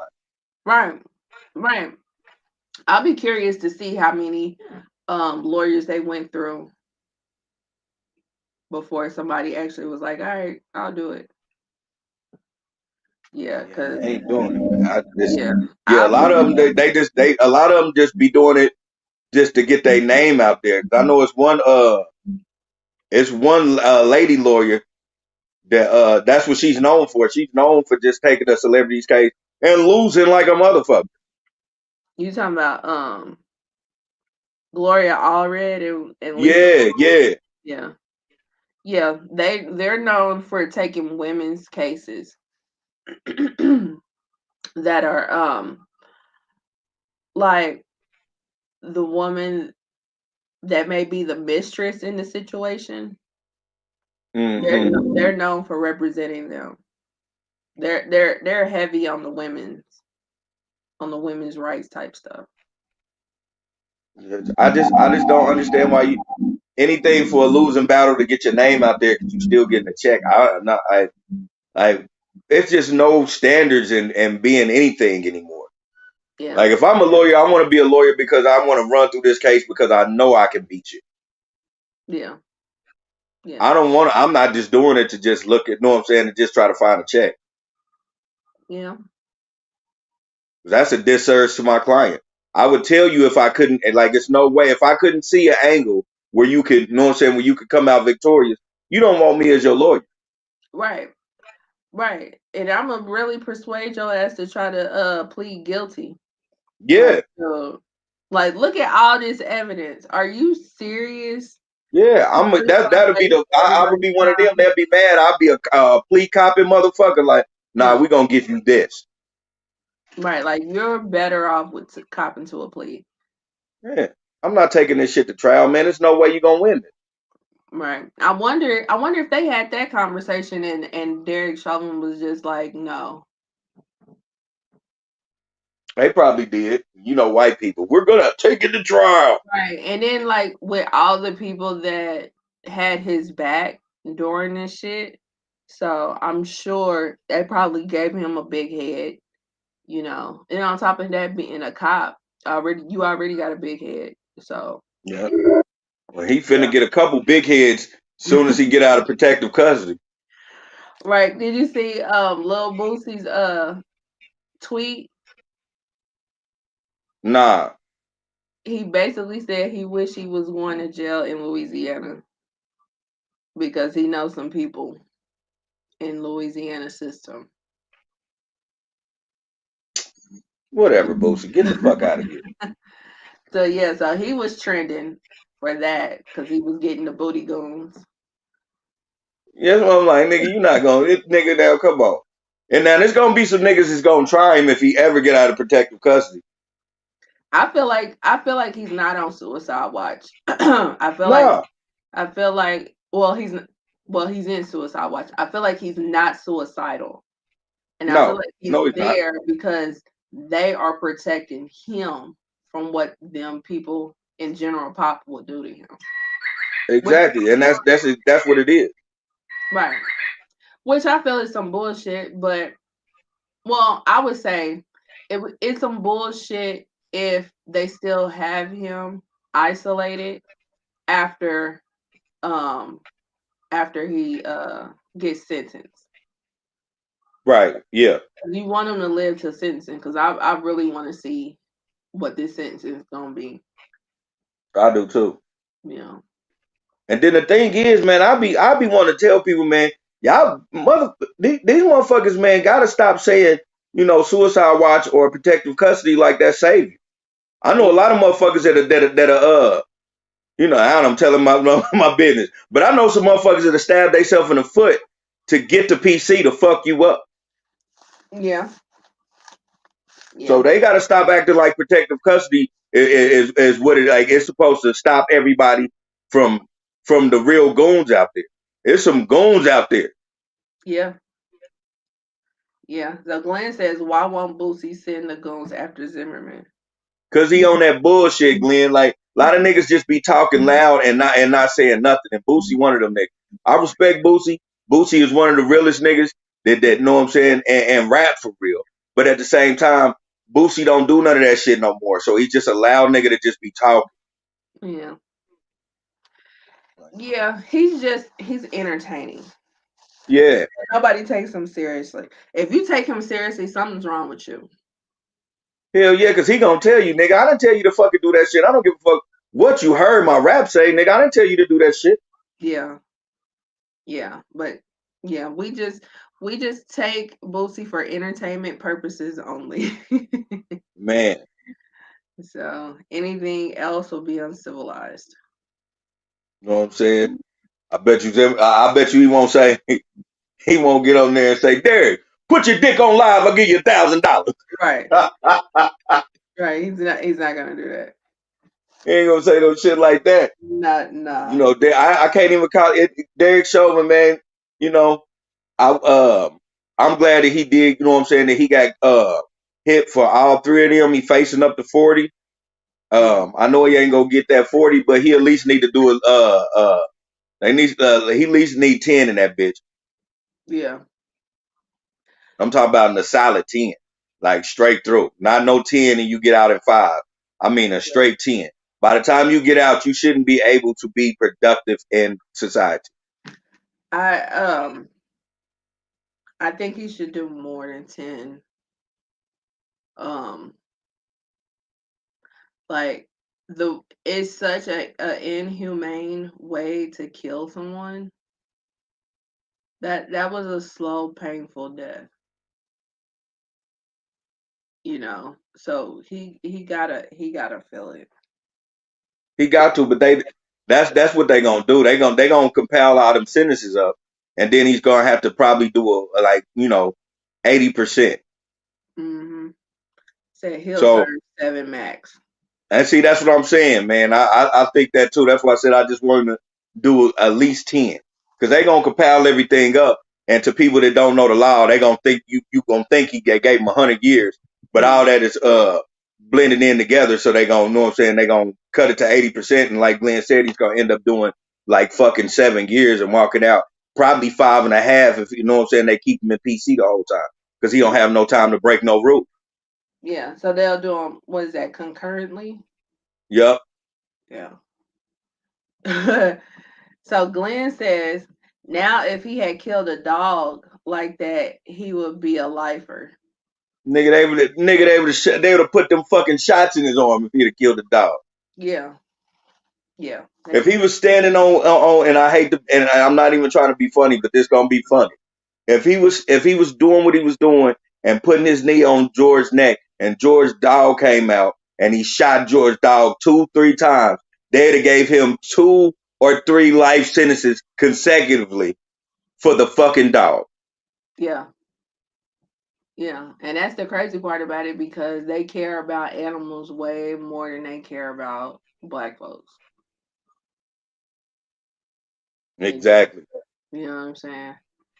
But during the time of sentencing, there was a 15-year-old girl in Columbus, Ohio, who was confronted by some girls that came to her house trying to jump her, who called the police for assistance, and the police came to her house, saw her with a knife, and killed her, shot her 4 times in the chest. Yep.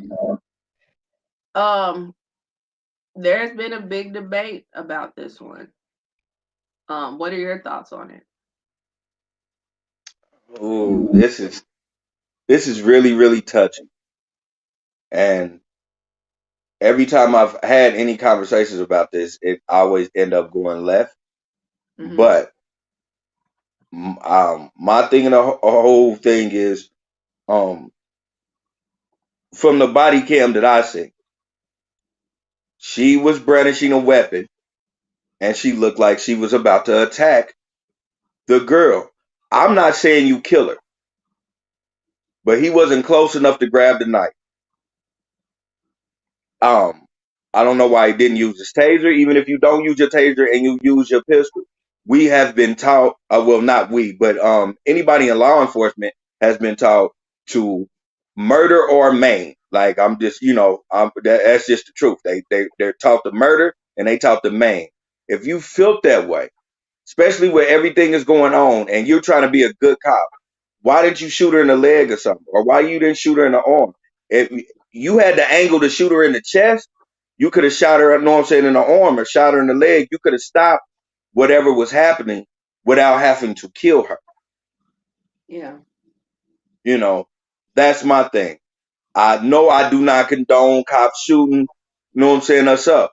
I don't believe, and I'm not gonna get in the whole conversation because people be like, we black people shoot each other every day. Why does it matter? I hate that conversation. Because that's a lot of what I've been getting. Um, but I will say I don't understand how you can argue about a scenario that you ain't been put into. Mm. You know, I'm not a cop, and I ain't never, know what I'm saying, had my pistol out when somebody was trying to stab somebody in front of me. So I can only go on my opinion. I think I wouldn't have killed her. I don't think she should have lost her life, but I would agree to, shooting her to get her from not harming anybody, which would have still, because at the end of the day, it'd still be a bad situation because now you are shooting a person that actually called you to help. But when you go there and that's all you see, you have to react in that split second. I just don't. I wish he would have, or the cops would have not used deadly force. Yeah. How do Yeah. you feel? Um, I like I get I get like the cops, they get a call, they show up on scene, they see somebody with a knife, they need to dead the situation. Not the person, but the situation. Right, Later on is when you get the learning that the girl was standing her ground. She was the one that called you and all that kind of stuff. But I understand them not seeing nothing but a girl with a knife. Like I get that. Um, it's just it's it's just really, really unfortunate that this girl has lost her life. it really, When yeah. it At the end could of the have day, been, we got to focus on that. yeah, it could have been handled a better way. Like you didn't need to shoot the girl 4 times in the chest. If you like how you said, if you were going to shoot her at all, she should have been shot in the leg. I understand that the guy that shot, he was trained in the military as a marksman. But if That's we, still no excuse. right, but what I'm saying is that if we normalize this being okay, then Hmm. any cop is gonna think that's okay to shoot a kid in close range to another kid, and that person might miss because yeah, you was trying to save the other girl from being cut, but you could have also shot that other girl too that you was trying to save. Right, You know what I'm saying? And I'm assuming that they knew prior to pulling up that these were teenage girls fighting. But then again, that goes back to how they view us. You know, they view us as adults as threats when we're not adults and we're not necessarily threats and not threats to them at all. You know, but that's how they view us. And then it goes back to the question: had they been white, how would this have been handled? Because at the end of the day, it's a damn knife. And it don't even look like it was like a switchblade or nothing. It looked like a butter knife, right, you know? So, and it's showing the fuck wasn't no machete. So, it's like, yeah, the girl had a knife, but you didn't have to kill the girl over a knife. It's a knife. It's a fucking knife. it's a knife. And you're the one that's supposed to be trained to neutralize situations. But it seemed like y'all are showing that the only way that you neutralize situations is by killing. And that's what has to stop, you know. And that's the thing. It's always like you said. It's how they see us, and it's always um the total opposite when it's a white person. Yeah. I've watched footage of white people coming after cops with knives. Now, I'm not saying all of them, and know what I'm saying, didn't get shot, but I'm saying I've seen more of them de-escalating the situation Mhm. than it was the motherfuckers losing their life. Yeah. I saw this video probably like a month ago. It was in broad daylight. It was one cop, one man, one white man, and the person that was filming was in another car. They was on a semi busy street. That man was walking towards him with like the possession of everything in his eyes. He was going to harm that man if he got in arm's reach. That man tried everything he could to not shoot him, to where that was his only option at a point, was to shoot him. He shot him a couple of times, and that man acted like that was a love tap, and he shot him in the chest. Then he damn near unloaded on him, and that's when he finally fell down. But it was like he went through all of this, to try to neutralize it before he could shoot, before he chose to shoot. And it's like, Right. damn, we don't even get that same courtesy. You ask us to Yeah. do something, They and we they do it split second decision with us is the key. right. That's what I'm saying. Like, you ask us to do something, and while we're in the process of doing what you ask, you get threatened and shoot us. Like, that's the problem. And then with this situation in particular, it's like the man is going to be back on the force. He's not going to be charged. None of that is going to occur. You know what I'm Nope. saying? Um, this situation is just too. It's too. It's just too. I don't know. It just ain't looking good for the home team on this situation. Nah. You know. Um. Yeah, because you can argue back and forth on what's right and what's wrong and what the cop viewpoint was and how they should have handled it and how they could have handled it and all that kind of stuff. But given the options that they are allowed to do, this ain't looking good for the home team. So Yeah, um it's a justifiable homicide. And the thing about it is, I hate that we as black people, um, we're never gelling or on the same page when it comes to things. Because you got a handful of people that are saying it was the little girl's fault, mhm, and I hate that so much because, well, one thing, she's 15. You know what I'm saying? So she doesn't. I ain't saying all 15-year-olds are stupid or any of that, but I'm just saying the mental impulse of protecting yourself is majorly different at 15. mhm, So, you can't say it's her fault or if it's not her fault. It's right, she was trying to protect herself. She right, was scared. She called y'all. right, You right, know, so right. But I I can and see, I just don't understand side. I can see from the cop side too. You pull up and it's girls fighting. You don't know who called who. exactly. You So don't. and you see a girl with a knife. Like I get it. It just is unfortunate that that is the outcome when it could have been a different outcome. And then you could have seen like, hey, this girl was standing her ground. She had the knife to protect herself because these other girls came onto her property trying to do harm to her.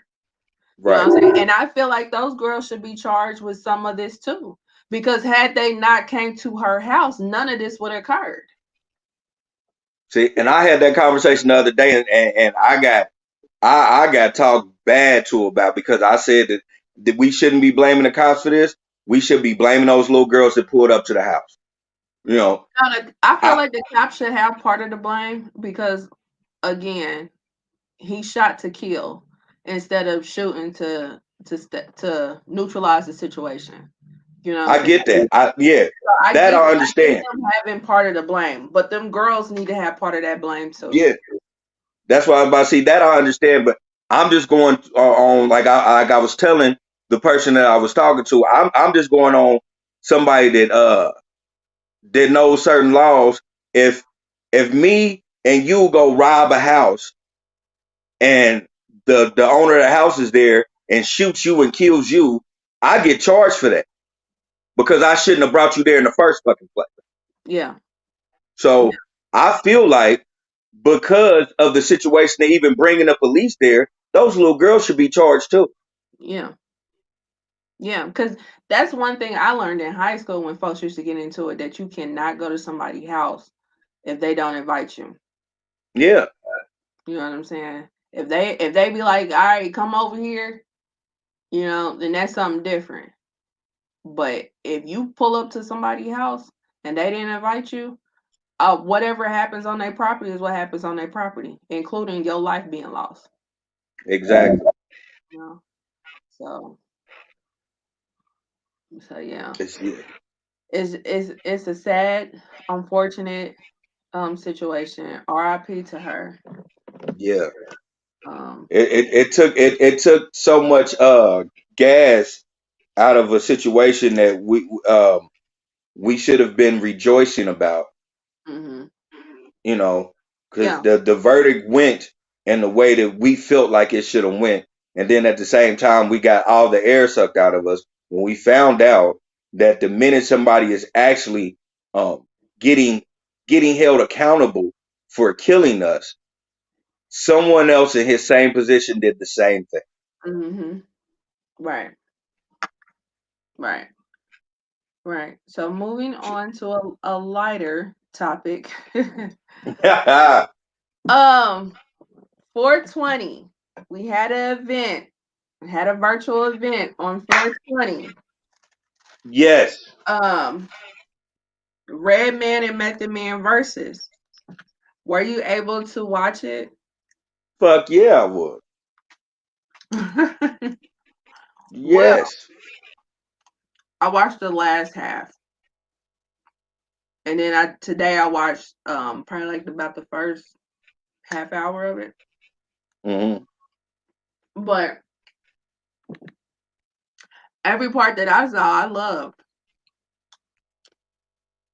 That There shit was was some hits that that shit I was hip forgot hop. about. Uh, that shit was hip hop renaissance, man. That shit was so Yeah, dope.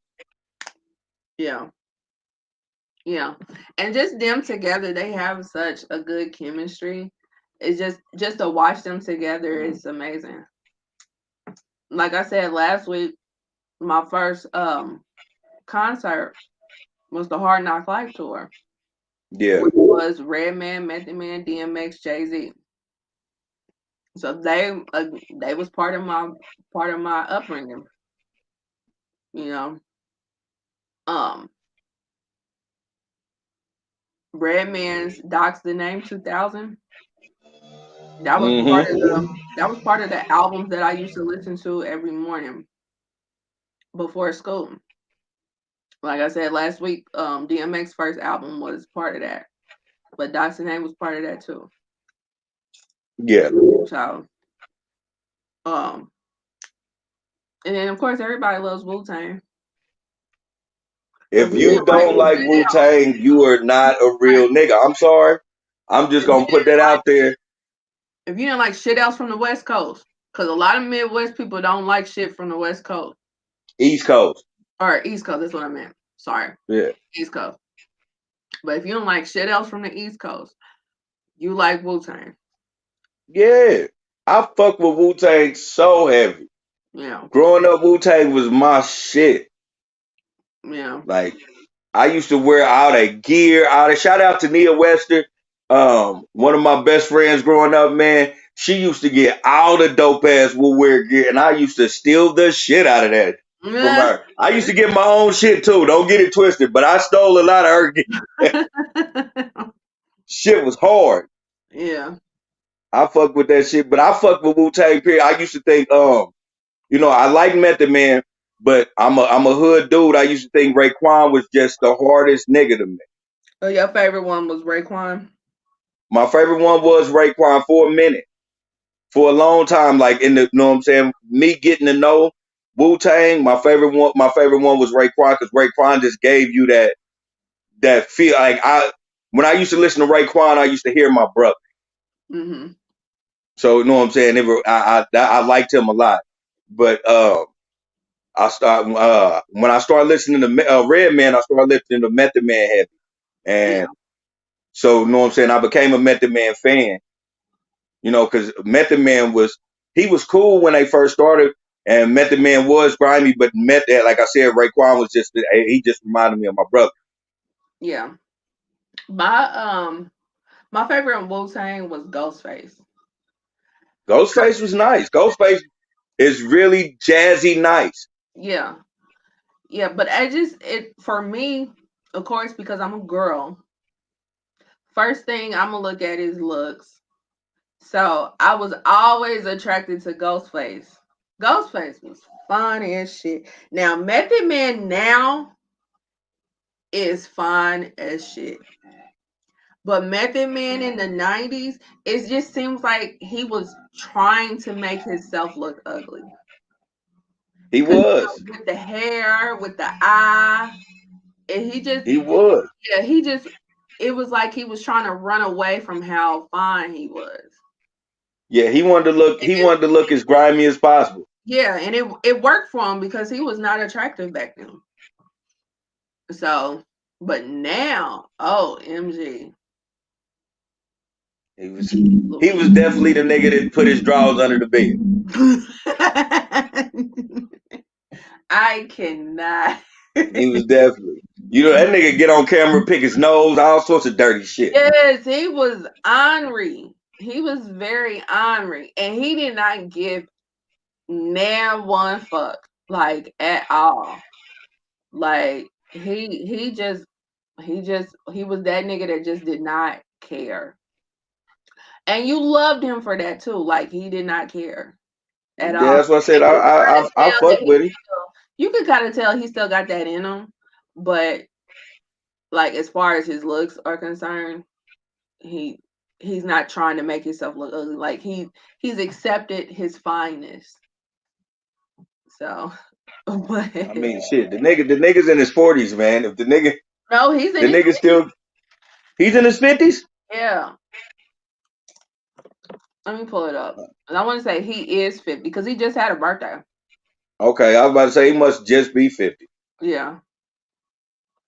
Yeah, he just had a birthday.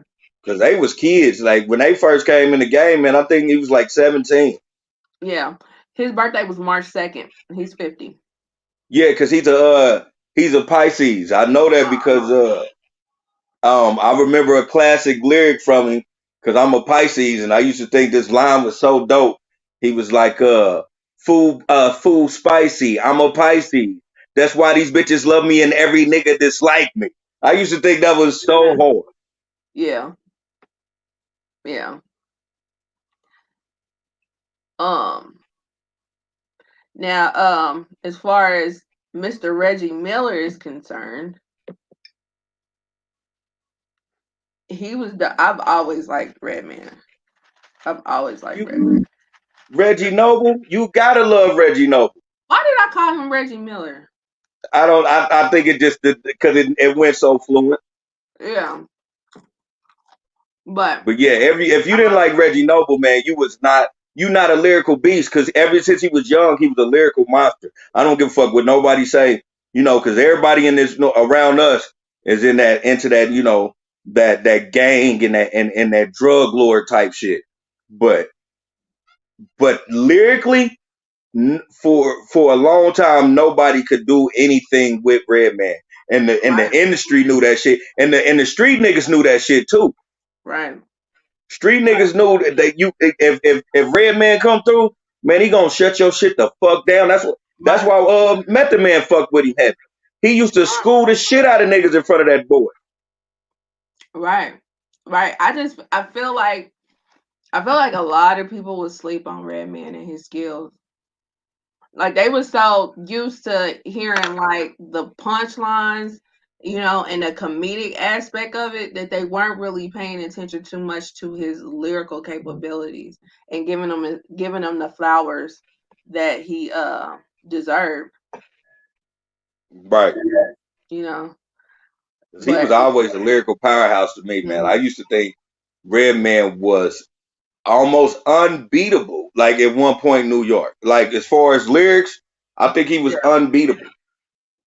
yeah, yeah. And And then he knew how to be charismatic with clever punchlines, which a lot of mhm, people didn't get. right, right, right. There would be certain stuff that I would hear and I would have to run it back like, what did he say? Like I, he's I remember always when he was fucking with Gilla House real smooth. Um, he used to like certain shit that he knew was tough. He would repeat that shit at the end of the song, just so you knew he was talking some real shit. Mm-hmm. I used to be like, damn, this nigga cold for real. Yeah. Yeah. Like folks be mad sleep on Redman. Mad sleep. But I'm glad I'm thankful for verses, you know, that it is giving people the opportunity to learn about these people because like this generation now, they know about how high, Right. but um outside of that, they don't really know Redman like that. You know, they probably think Redman and Method Man was a group. They probably don't even really too much know anything about Wu-Tang. You know, they probably don't know any, and I'm sure they don't know anything about the Def Squad. You Nah, know, fuck nah, they don't know about the Death Squad, which was a phenomenal squad. God. right, right. You know, that was a squad of that was like a masterclass squad. Like shout out to Jersey. Like Jersey, a lot of niggas is really slept on the MCs that came out of Jersey. Mm-hmm. Yeah, Cause like, you know, they give New York they props and Wu-Tang made niggas respect Staten Island. But like Jersey don't get the respect, you know what I'm saying, for East Coast foundation that they should. right, right. I get it. Yeah, yeah. I'm definitely in agreement on that. Cause Yeah, nigga, dirty Jerry's fuck what you heard. I used to love them niggas. yeah.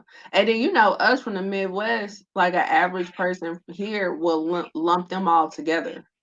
They would. You know, and so like, oh, that's East Coast shit. Next, you Yep, know. that's it. That's all they see. Mm-hmm. Yep. So, but that's why I like a few years ago when the VMAs was in Jersey, they had a whole section where they pulled out all the Jersey hip hop artists.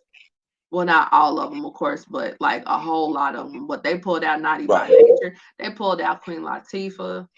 Hell, they pulled out Fetty Wap. So Niggas, they sleep on New Jersey, man. yeah, To this day, niggas is sleep on New Jersey. yeah, yeah. So props to them. So happy to have seen Method Man and Redman. You know, somebody did put in the comments, which I was in agreement with, that the views was disrespectful. It was mad disrespect. Yeah, the views were very disrespectful. I didn't appreciate the views because they should have hit a million easy. They They should have should have. hit a million easy. So I don't They yeah. The views was definitely yeah. It was the views did not um it did not give the flowers that it was supposed to because like if you look at the views you'll think that it was a bad session, man, but and what that shit was iconic. They know. they, they brought out classic they brought out classic hip hop and I loved every bit of it. Yeah, yeah, they did. They did. So, but hopefully, people would see. Oh, hold on.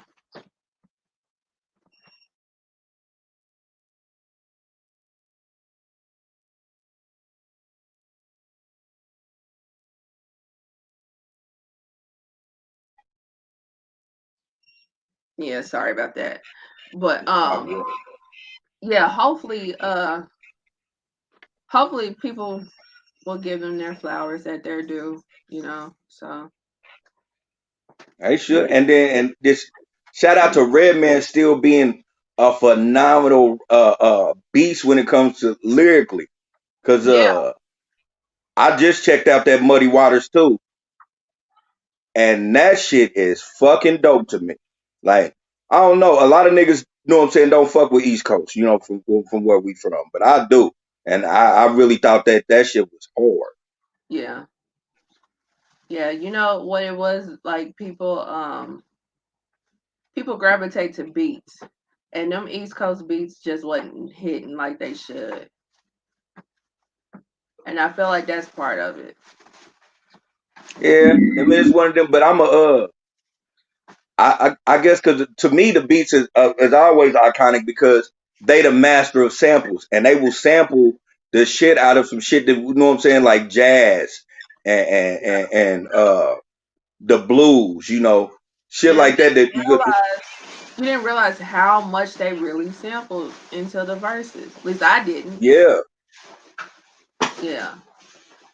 So like they send they like the kings of sampling, and mhm. they sample shit that you can ride on. Like they beats they didn't know what I'm saying. They made the beats like because they had lyrics, so they didn't need a beat to make the song. Yeah. The beat just needed the vibe of what the fuck they was talking about. Right. Right. But it was definitely an eventful one. So if anybody hasn't seen it, it's excuse me. They did go on ahead and post it. It took them a minute, but they did go on ahead and post it on their Instagram Yeah, page. So that shit was dope. If you really a fan of them niggas and Def Squad, because they brought out EPMD. yep, Oh man, that shit was so dope. yep. And then he brought out what's his name? Capadonna and Inspector Deck. And they did Yeah, and Triumph. Inspect the Deck. Yeah, they did Triumph.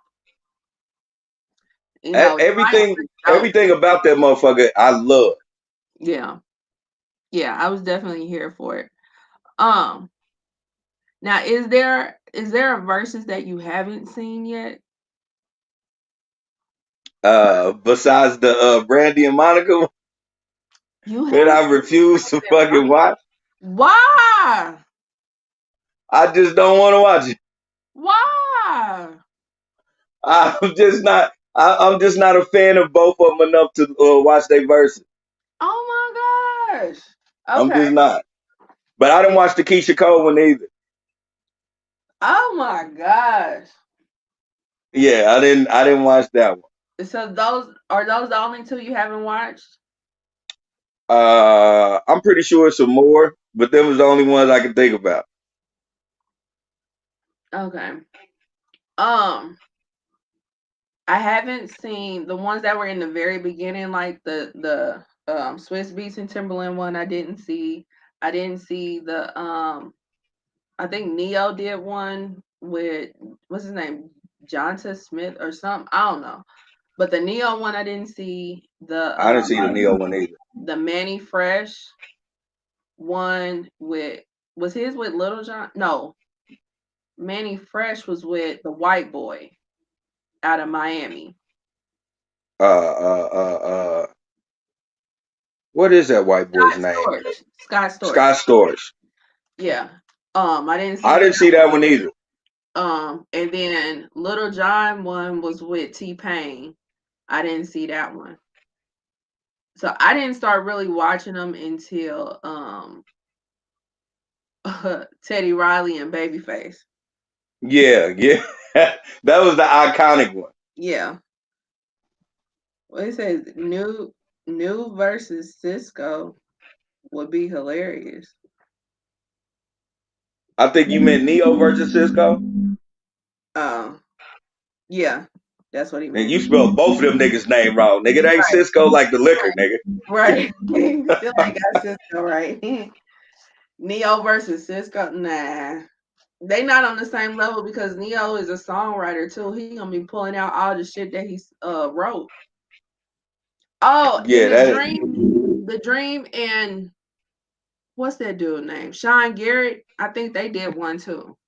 I didn't see that one. I definitely didn't see that one. I never even knew the Dream had a verse. Yeah, I think them two, because I remember them going back and forth leading up to it. So I believe they had one. But yeah. Yeah, I didn't see those in the I very need to peep that one because I like the Dream. I think the Dream had great songs. yeah. Like, and I think he wrote great songs. Yeah, he wrote great songs. He had more great songs that he did for other people than he did for himself. I wasn't a big. I'm not a big fan of his voice. Nobody is, but you can't deny the song stuff. Yeah, but he did some silly sounding songs for himself. I'm gonna have to check that out because I man, for a minute I bought every Dream album that came out. I fuck with Dream. Yeah, I mean he had some cool stuff, but some stuff just sounded silly. Um, but out of the ones that you have seen, what's your like your top two? My top two. Ooh. My number one would be E40 and Too Short. Okay. That's my number one. My the second one, shit. I don't know. I can't pick a second one because I want to. I like all of them. Like I like the I like Swiss Beats and Timberland. I like Ludacris and Nelly. Uh, Even though like a lot of shit was fucked up, like I knew the know what I'm saying, some of the songs they was playing, so you know what I'm saying, I like those. I wish Nelly would have did more songs from the Country Grammar album, but I think I think he don't got a lot of clearance for them songs yet. Nelly played himself. Yeah. He played himself on that one. It was sad to watch. But Um, yeah. I don't know. I can't give a second one because everything was good. And then like the last one I just seen, like Method Man and Redman, that shit was fire to me. Yeah. It's just for me, just number one. Number one is just going. It has to be E40 and Too Short because I didn't grow up on. I was like 7, 8 years old when them niggas was making music, and like for my brother and my sisters to listen to. So Yeah. like I just thought that was the shit to me. That's my number one shit because that was Too Short is really like my first introduction to rap music. And then when I got old enough to like get my own, you know what I'm saying, have my own flavor, I went East Coast. Mhm. Yeah, that makes sense. I would say my top two is Snoop and DMX. I literally watched that one 3 times. Yeah, that was fire. Yeah. And then my second one would probably be E40 and Too Short. That one, it was just that one was just so much fun. Yeah. You know what I'm saying? And I think it's because like we're like the baby Bay area here that we fuck with them heavy.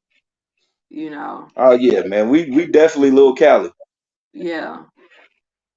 So it meant a whole lot more to us than it probably did to somebody that was like in Nebraska. Well, maybe not Nebraska, but maybe somebody in Connecticut.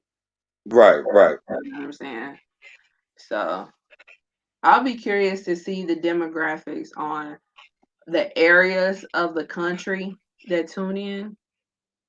Like what area of the country tunes in more on Hmm. which ones, you know. I would like to see it broken up like that. But anyway, um, so yeah, shout out to Method Man and Redman. Right. Um, Them shits is dope. yeah. What verses would you like to see?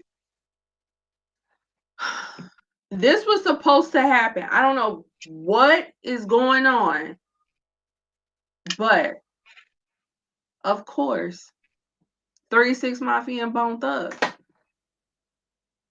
Yeah. Yeah. Like That this I was supposed to happen because they were doing it themselves. This is back when Versus was just starting. I don't even think they had an Instagram page yet. They were supposed to do their own. And then right when it came up to the day of, that's when they said, "Hey, we talked to Swiss and Tim, we're gonna do it over there.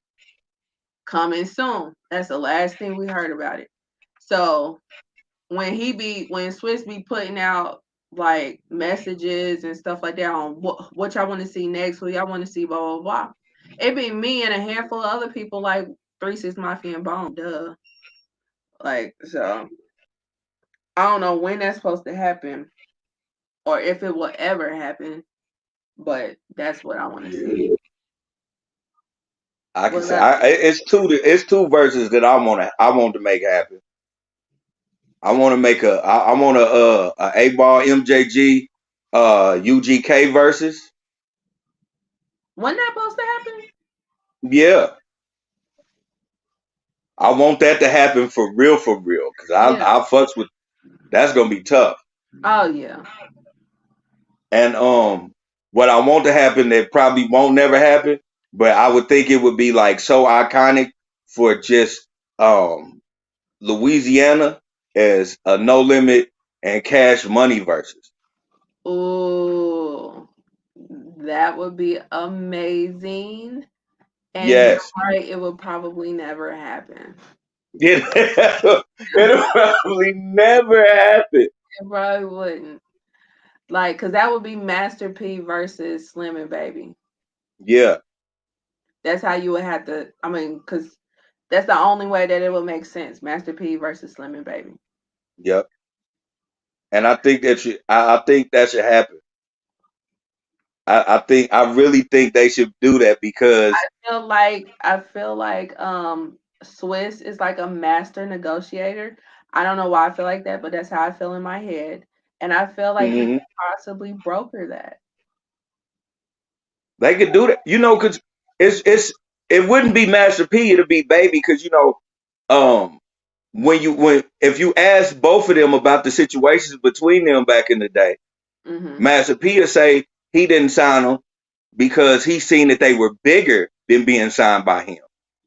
And if Mm. you ask Birdman would be like, man, it's just when niggas see potential, they don't want to see you shine, and they try to, he got animosity against not being signed for real. And Yeah. the thing is, he even agrees that Master P told them like, y'all are doing way much better than what y'all making now. Y'all make, you know what I'm saying? Y'all making way more than y'all make signing to me. Mhm. So, and he agrees to that conversation being had. But in his head, because Birdman just that type of nigga, he just think niggas was hate. Yeah. Which initially I can see why he would think that because that's what he wanted. He wanted to be signed to No Limit. But that was the OG looking out for the up and coming. You know what I'm Exactly. saying? Just like our conversation earlier, had that been a Diddy would have signed him. Then You he know would have signed the shit out of him and fucked the shit out of him. Yeah. Yeah, so that was a OG looking out for the BG. You know what I'm saying? So he should look at it in hindsight and be like, you know what? I appreciate you. Because when you think of No Limit now, like the only people that you really know that is pretty decent right now is who? Crickets. You know what I'm Yeah. saying? Like, Like I no, Snoop, yeah, Snoop. Snoop. And I'm sure Silk is probably financially okay.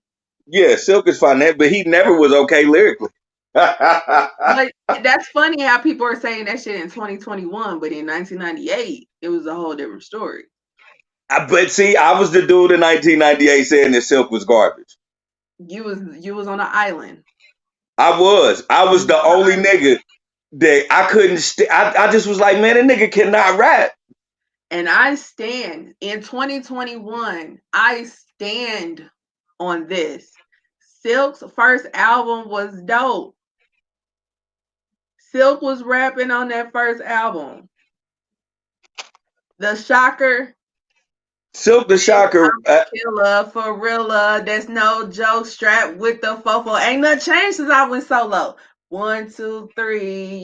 Silka G. Come on. Yeah, I just didn't like him. Wow. See, I and never liked Silk Silk's first 2 CDs are still fire. and But everybody says that. Everybody says that. Everybody loves Silk. But me, I think the reason why I didn't like Silk is because he was a nigga from the South that sounded like a Cali nigga, and I didn't like that. But they was heavily influenced. They was, but I just didn't like it. I didn't like his cadence. Yeah. I never did. And then when Mystical came, he tried to switch it up, and I really hated it. Yeah. Yeah, he did a little. You I could was really like, this tell nigga's the just songs they garbage. were together. When Masterpiece sound Mystical and Magic, that nigga Silk lost his mind. Yeah. Yeah. Yeah, but I just I just still think that first album was fire. A He lot of people do. was But spit then you have to understand, this was 98. This is when I started getting on my East Coast shit a lot. And so I really wasn't feeling a South nigga that sounded like a Cali nigga. Yeah. Yeah. I basically said that, Glenn. He said they lived in Cali for his impressionable years. I get that. I totally get that. Yeah. But I just didn't feel it because P came out as a South nigga. And them niggas that he had from the South was hard to me. And so I didn't get Silk. Yeah. Like it was crazy because it was like you got P and you got C Murder, and then you got this little ass nigga that, know what I'm saying, sound like he from Richmond. So Yeah. I didn't. It fucked me up. I'm sorry, it fucked me up. I love True. I thought True was a shit. Yeah. I just didn't like Silk. Yeah, and that's true. Like Glenn's right. He said Silk stood out on TRU's True as well. He did. He did. He did. He now people I want to just didn't like him, Glenn. down, but that beginning stuff, especially that song, Keep It All Good. Keep it all good. Keep it Mm-hmm. all good. Living like a gangster. TRU. That was my cut. I used to love when he go drop the top on my iRock Z. Man, look. In the beginning, Silk was the shit. I did not like Silk, man. But I just didn't. anywho, so and we can get on to our last segment, which is the fucked up song of the day. Bow. Yeah. So this song is the Whispers Olivia, and I'm just gonna play a little bit of it and Shout out to the Whispers. The Whispers was the only band that looked like they were 40 for 30 years straight. legit.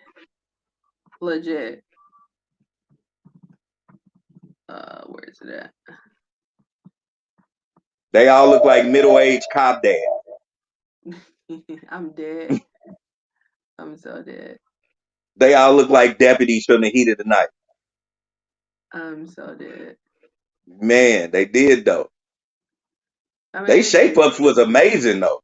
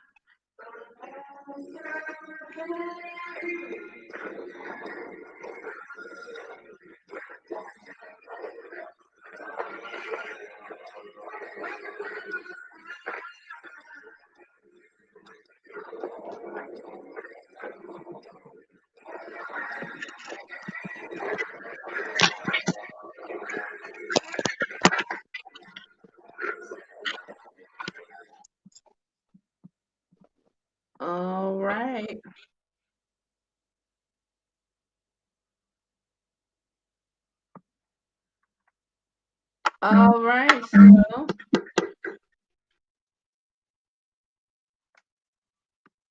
So let's hear them lyrics, B. all right. Can you hear me? Yeah, I can hear you. Okay, good. All right, so Glenn says that's my shit. Um, they all look like the daddy on Tutu. They did. Yes, yes, they did. Every last one of them. He said, "Was he a backup whisper?" That's funny. All right, Oh man, that was class. That's iconic because that's the truth. that is so the truth. Okay, so Olivia the slave got distracted on her way to grandmother's house. A wolf in lamb clothing came, blew her mind and changed her ways. And now she's turned out, lost and turned out, lost and turned out. She's spending most of her time walking the streets. She has a certain quota to fill. He wants to buy a new Seville. What in the what is the world coming to? So many are used and abused. There's over 10 million girls who are lost in this world. What will your kinfolk say? Olivia the slave. It must be breaking their hearts in two. Listening close, they're calling you. Olivia, Olivia, Olivia, Olivia. Olivia, Olivia.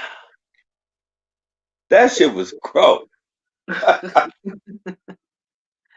So, what are your thoughts so far? That was the smoothest way to get a hoe away from a pimp I've ever heard in my motherfucking life. I Cause, can't. I can't. Cause even when I was younger, I knew what it was about. Like even when I was younger, I knew that this was a pimp in a hoe situation. Olivia was a prostitute. She probably tooted her nose and she got caught up and know what I'm saying, tooting her nose with this nigga and he was like, you gonna have to pay for that. And she had to start paying with her pussy.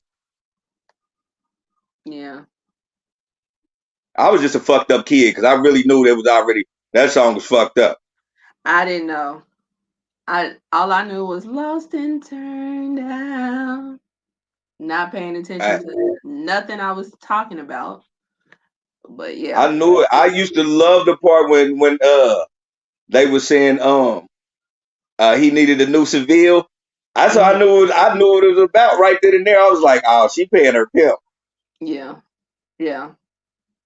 They have such a smooth way of saying that. Yeah, the Whispers had a real unique way of saying some shit without saying shit, but everybody did back in the day. You know, Yeah. nowadays they just be like, put your pussy on the glass. But back then they used to be like, put your love canal on the windowsill of my of my Equinox. And you be like, what the fuck is he saying? Right, it sounds so good. Don't you agree? Like, Yeah. but yeah. So, Olivia, where's your will? She's lost and turned out. Don't buy that guy no Seville. Lost and turned out. Olivia the slave. Lost and turned out. Don't let him drag you to your grave. Lost and turned out. Olivia, where's your mind? Lost and turned out. He pulls you down all the time. Lost and turned out. Olivia, stop and think. Lost and turned out. He's taking your cash to his bank. Lost and turned out. Mhm. Olivia, break the chains. Lost and turned out. Stop using your body and use your brain. Use your brain. Lost and turned out. And that is Olivia, lost and turned out. I'm about to buy me some Hennessy and blast that shit tonight. 'Cause that song is so dope, but it's Yeah, fucked up because it's in a situation where man we're he's singing to a whore, like you know what I'm saying, and it's so crazy. Like Joseline needs to play this shit and on our series, and she need to be like, see, I'm trying to get you bitches about of being whores for these pimps that don't make no motherfucking money. Like I need her to say that while she got whispers playing in the background. Right, right. That now, if somebody put them two together, that would be dope. Yes. That would be I'm dope. gonna put that in the comments tonight. Right. That's what you need to do. Right. Yeah. Yeah. That was a really good song. And it's different from the other songs that we know from them, you know.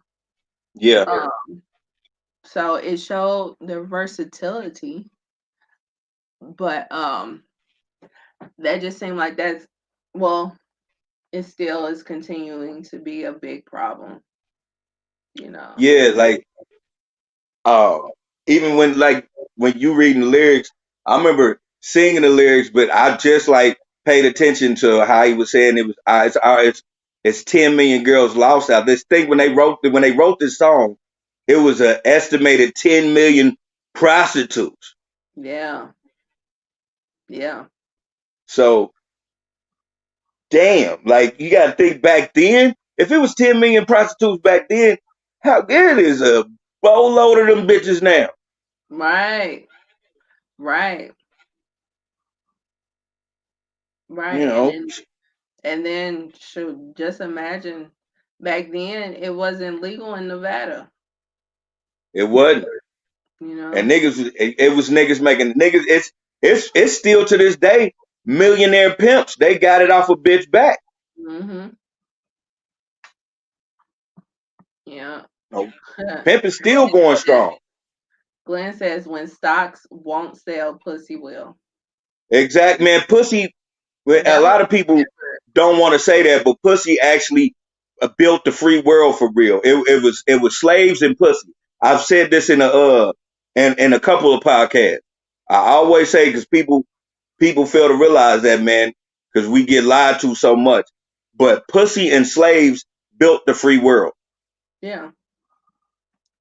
Yeah, absolutely. Absolutely. It will forever be a cash cow. Yeah, Forever. Because you'll always have a customer. that's it, man. I know an OG right now, man, that used to talk about doing nothing but paying for pussy when he was younger. I'm like, God damn, that shit was the norm in you niggas? Right. Like some people just like legit don't think it's nothing wrong with it. You know what I'm They saying? don't. Like they getting what they getting, and you don't have to like fake and shake with nobody to get it. You just gotta give them a couple of dollars and send them on their way. Yeah. You know what I'm saying? So I understand why one would take that route. It ain't nothing that I would do, but I understand. You know what? I've always said I don't think any ill will over anybody who sells sex. I just be like, be mindful. Don't don't Just be be selling sex to be paying somebody else. If this pussy is on you, you should be making money off this pussy.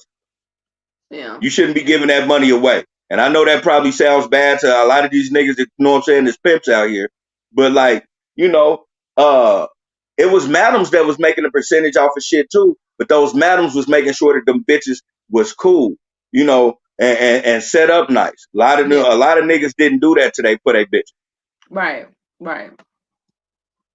Right. They made it sound good, but no, they weren't doing what they were supposed to be doing. But Glenn says OG said you don't pay her to fuck, you pay her to leave. Yeah. That's one way of looking at it. Yeah, it is. It is. It's one way to look at it, you know. Like old girl said, I don't get my money off the floor. I get my money off the dresser. Yeah. She You know, definitely said that. you could do it. I just don't. Like I said, I don't. I just don't think it's anything wrong with sex sales.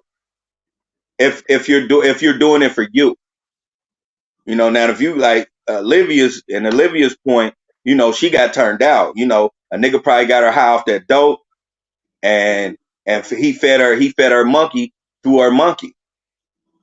Yeah. Because it was a lot. I had I was blessed to have somebody in my family that was a pimp when I was younger, and a couple of his hoes. That's how he did them. He, you know what I'm saying. He didn't have to give them money. He just kept them fed and kept them doped up. Mm. Right. You took care of them. Yeah, Yeah. Yeah. And and that's then that's how some of them try to play it. Like they take care of them in every other aspect, but take their money from the work that they do. right. Yeah. And that's the thing when you're not getting what you're worth for your pussy, that's when it becomes a problem. Like I said, I had a family member who was a pimp, and he was good to his bitches, like real shit. Yeah. Some of his bitches he wasn't cool to, but he never got them bitches off dope. Like them bitches was already on dope, and he just fed the dragon. Now the bitches that he had that wasn't on dope, oh, they kept money. They had accounts. They had spots away where their kids could be, where they wouldn't be around that bullshit. It's all on how you play it. That's why I'm just one of them that I know um the ins and the outs of how the underlining of how this world works. And so I'm not gonna judge anybody who sells sex. Yeah. Yeah. Yeah. It's not for me to judge. It's not for me Right. to judge at all. But that was the Whispers Olivia lost and turned out. Olivia. Yeah. All right. So you have any final thoughts? Uh shit. My final thought is Olivia must have had some good ass pussy because all of them niggas in the Whispers wanted her to get out of the prostitution game. One of them niggas must have was really fucking Olivia. Nah, I'm just that shit came from a truthful place. Um, Yeah, there was some truth behind that song. yeah. Let's see. Final thoughts. Final thoughts. Not too many. Glenn Hold on, says, what's family this? member. I know a confession when I hear one, pimping. Nah, nah. It wasn't me, bro. Trust me. If I was pimping, we would be in a whole nother situation with this podcast, my nigga. But nah. It's just I'm just gonna say a family member. We'll just end it at that. Uh, Right. let's see. Oh, I know a final thought. This don't have nothing to do with anything we heard during this podcast, but I want Okay. people to take heed of what I'm about to say right now, especially when it comes to this internet and podcasts and anybody that you listen to. If you dislike them, stop paying them. Stop allowing them to eat off hate, because not only does it put fuel to their fire, it starts putting your fire out. If you have an opinion about someone that is not a good opinion, stop getting on their shit. Stop looking at their shit. Stop commenting. Stop, because the analog is they don't discriminate from that. They're just putting those views up, and that guy's still getting a check, and you sitting there with no money, mad at this nigga for still getting paid. So if you don't like what somebody represents, don't pay them. Don't listen to them. Don't subscribe to them. Stay completely the fuck away from them, because that's what's going to get them completely the fuck out of you. We as a people need to understand that. And when I say a people, I mean all of us, all races, all of us. If we don't like something, stop putting fuel to its fire. Yeah, I agree. I agree. That's my final thought. Yeah. Yeah. Um, yeah, and that's that. It is what it is. Yeah. If you call a nigga a fuck boy, stop buying his music. I ain't bought nothing from Bobby Fuck Guy Walmack after I found out that nigga not only took his nigga's wife, but fucked his the daughter too. Yeah, but Nigga's a dog, man. man, man, unlike any other. but I need to stop calling his name because every time I say Bobby Womack, whoever's watching this is gonna get and listen to a Bobby Womack song. See what I'm saying? I'm still putting money in this nigga's pocket Right, right. or That's his what we gotta estate. do. And that's what we gotta do. We gotta stop feeling these these people that just do stuff just for clout, you know. Because Right. hate watch is a thing. Hate watching is a thing, and views don't discriminate on if you're there to hate the person or not, you know. So, but yeah. So that concludes this episode of the Ish We Talk. This is episode 18. So we will see you guys on episode 19. Exactly. All right. See ya.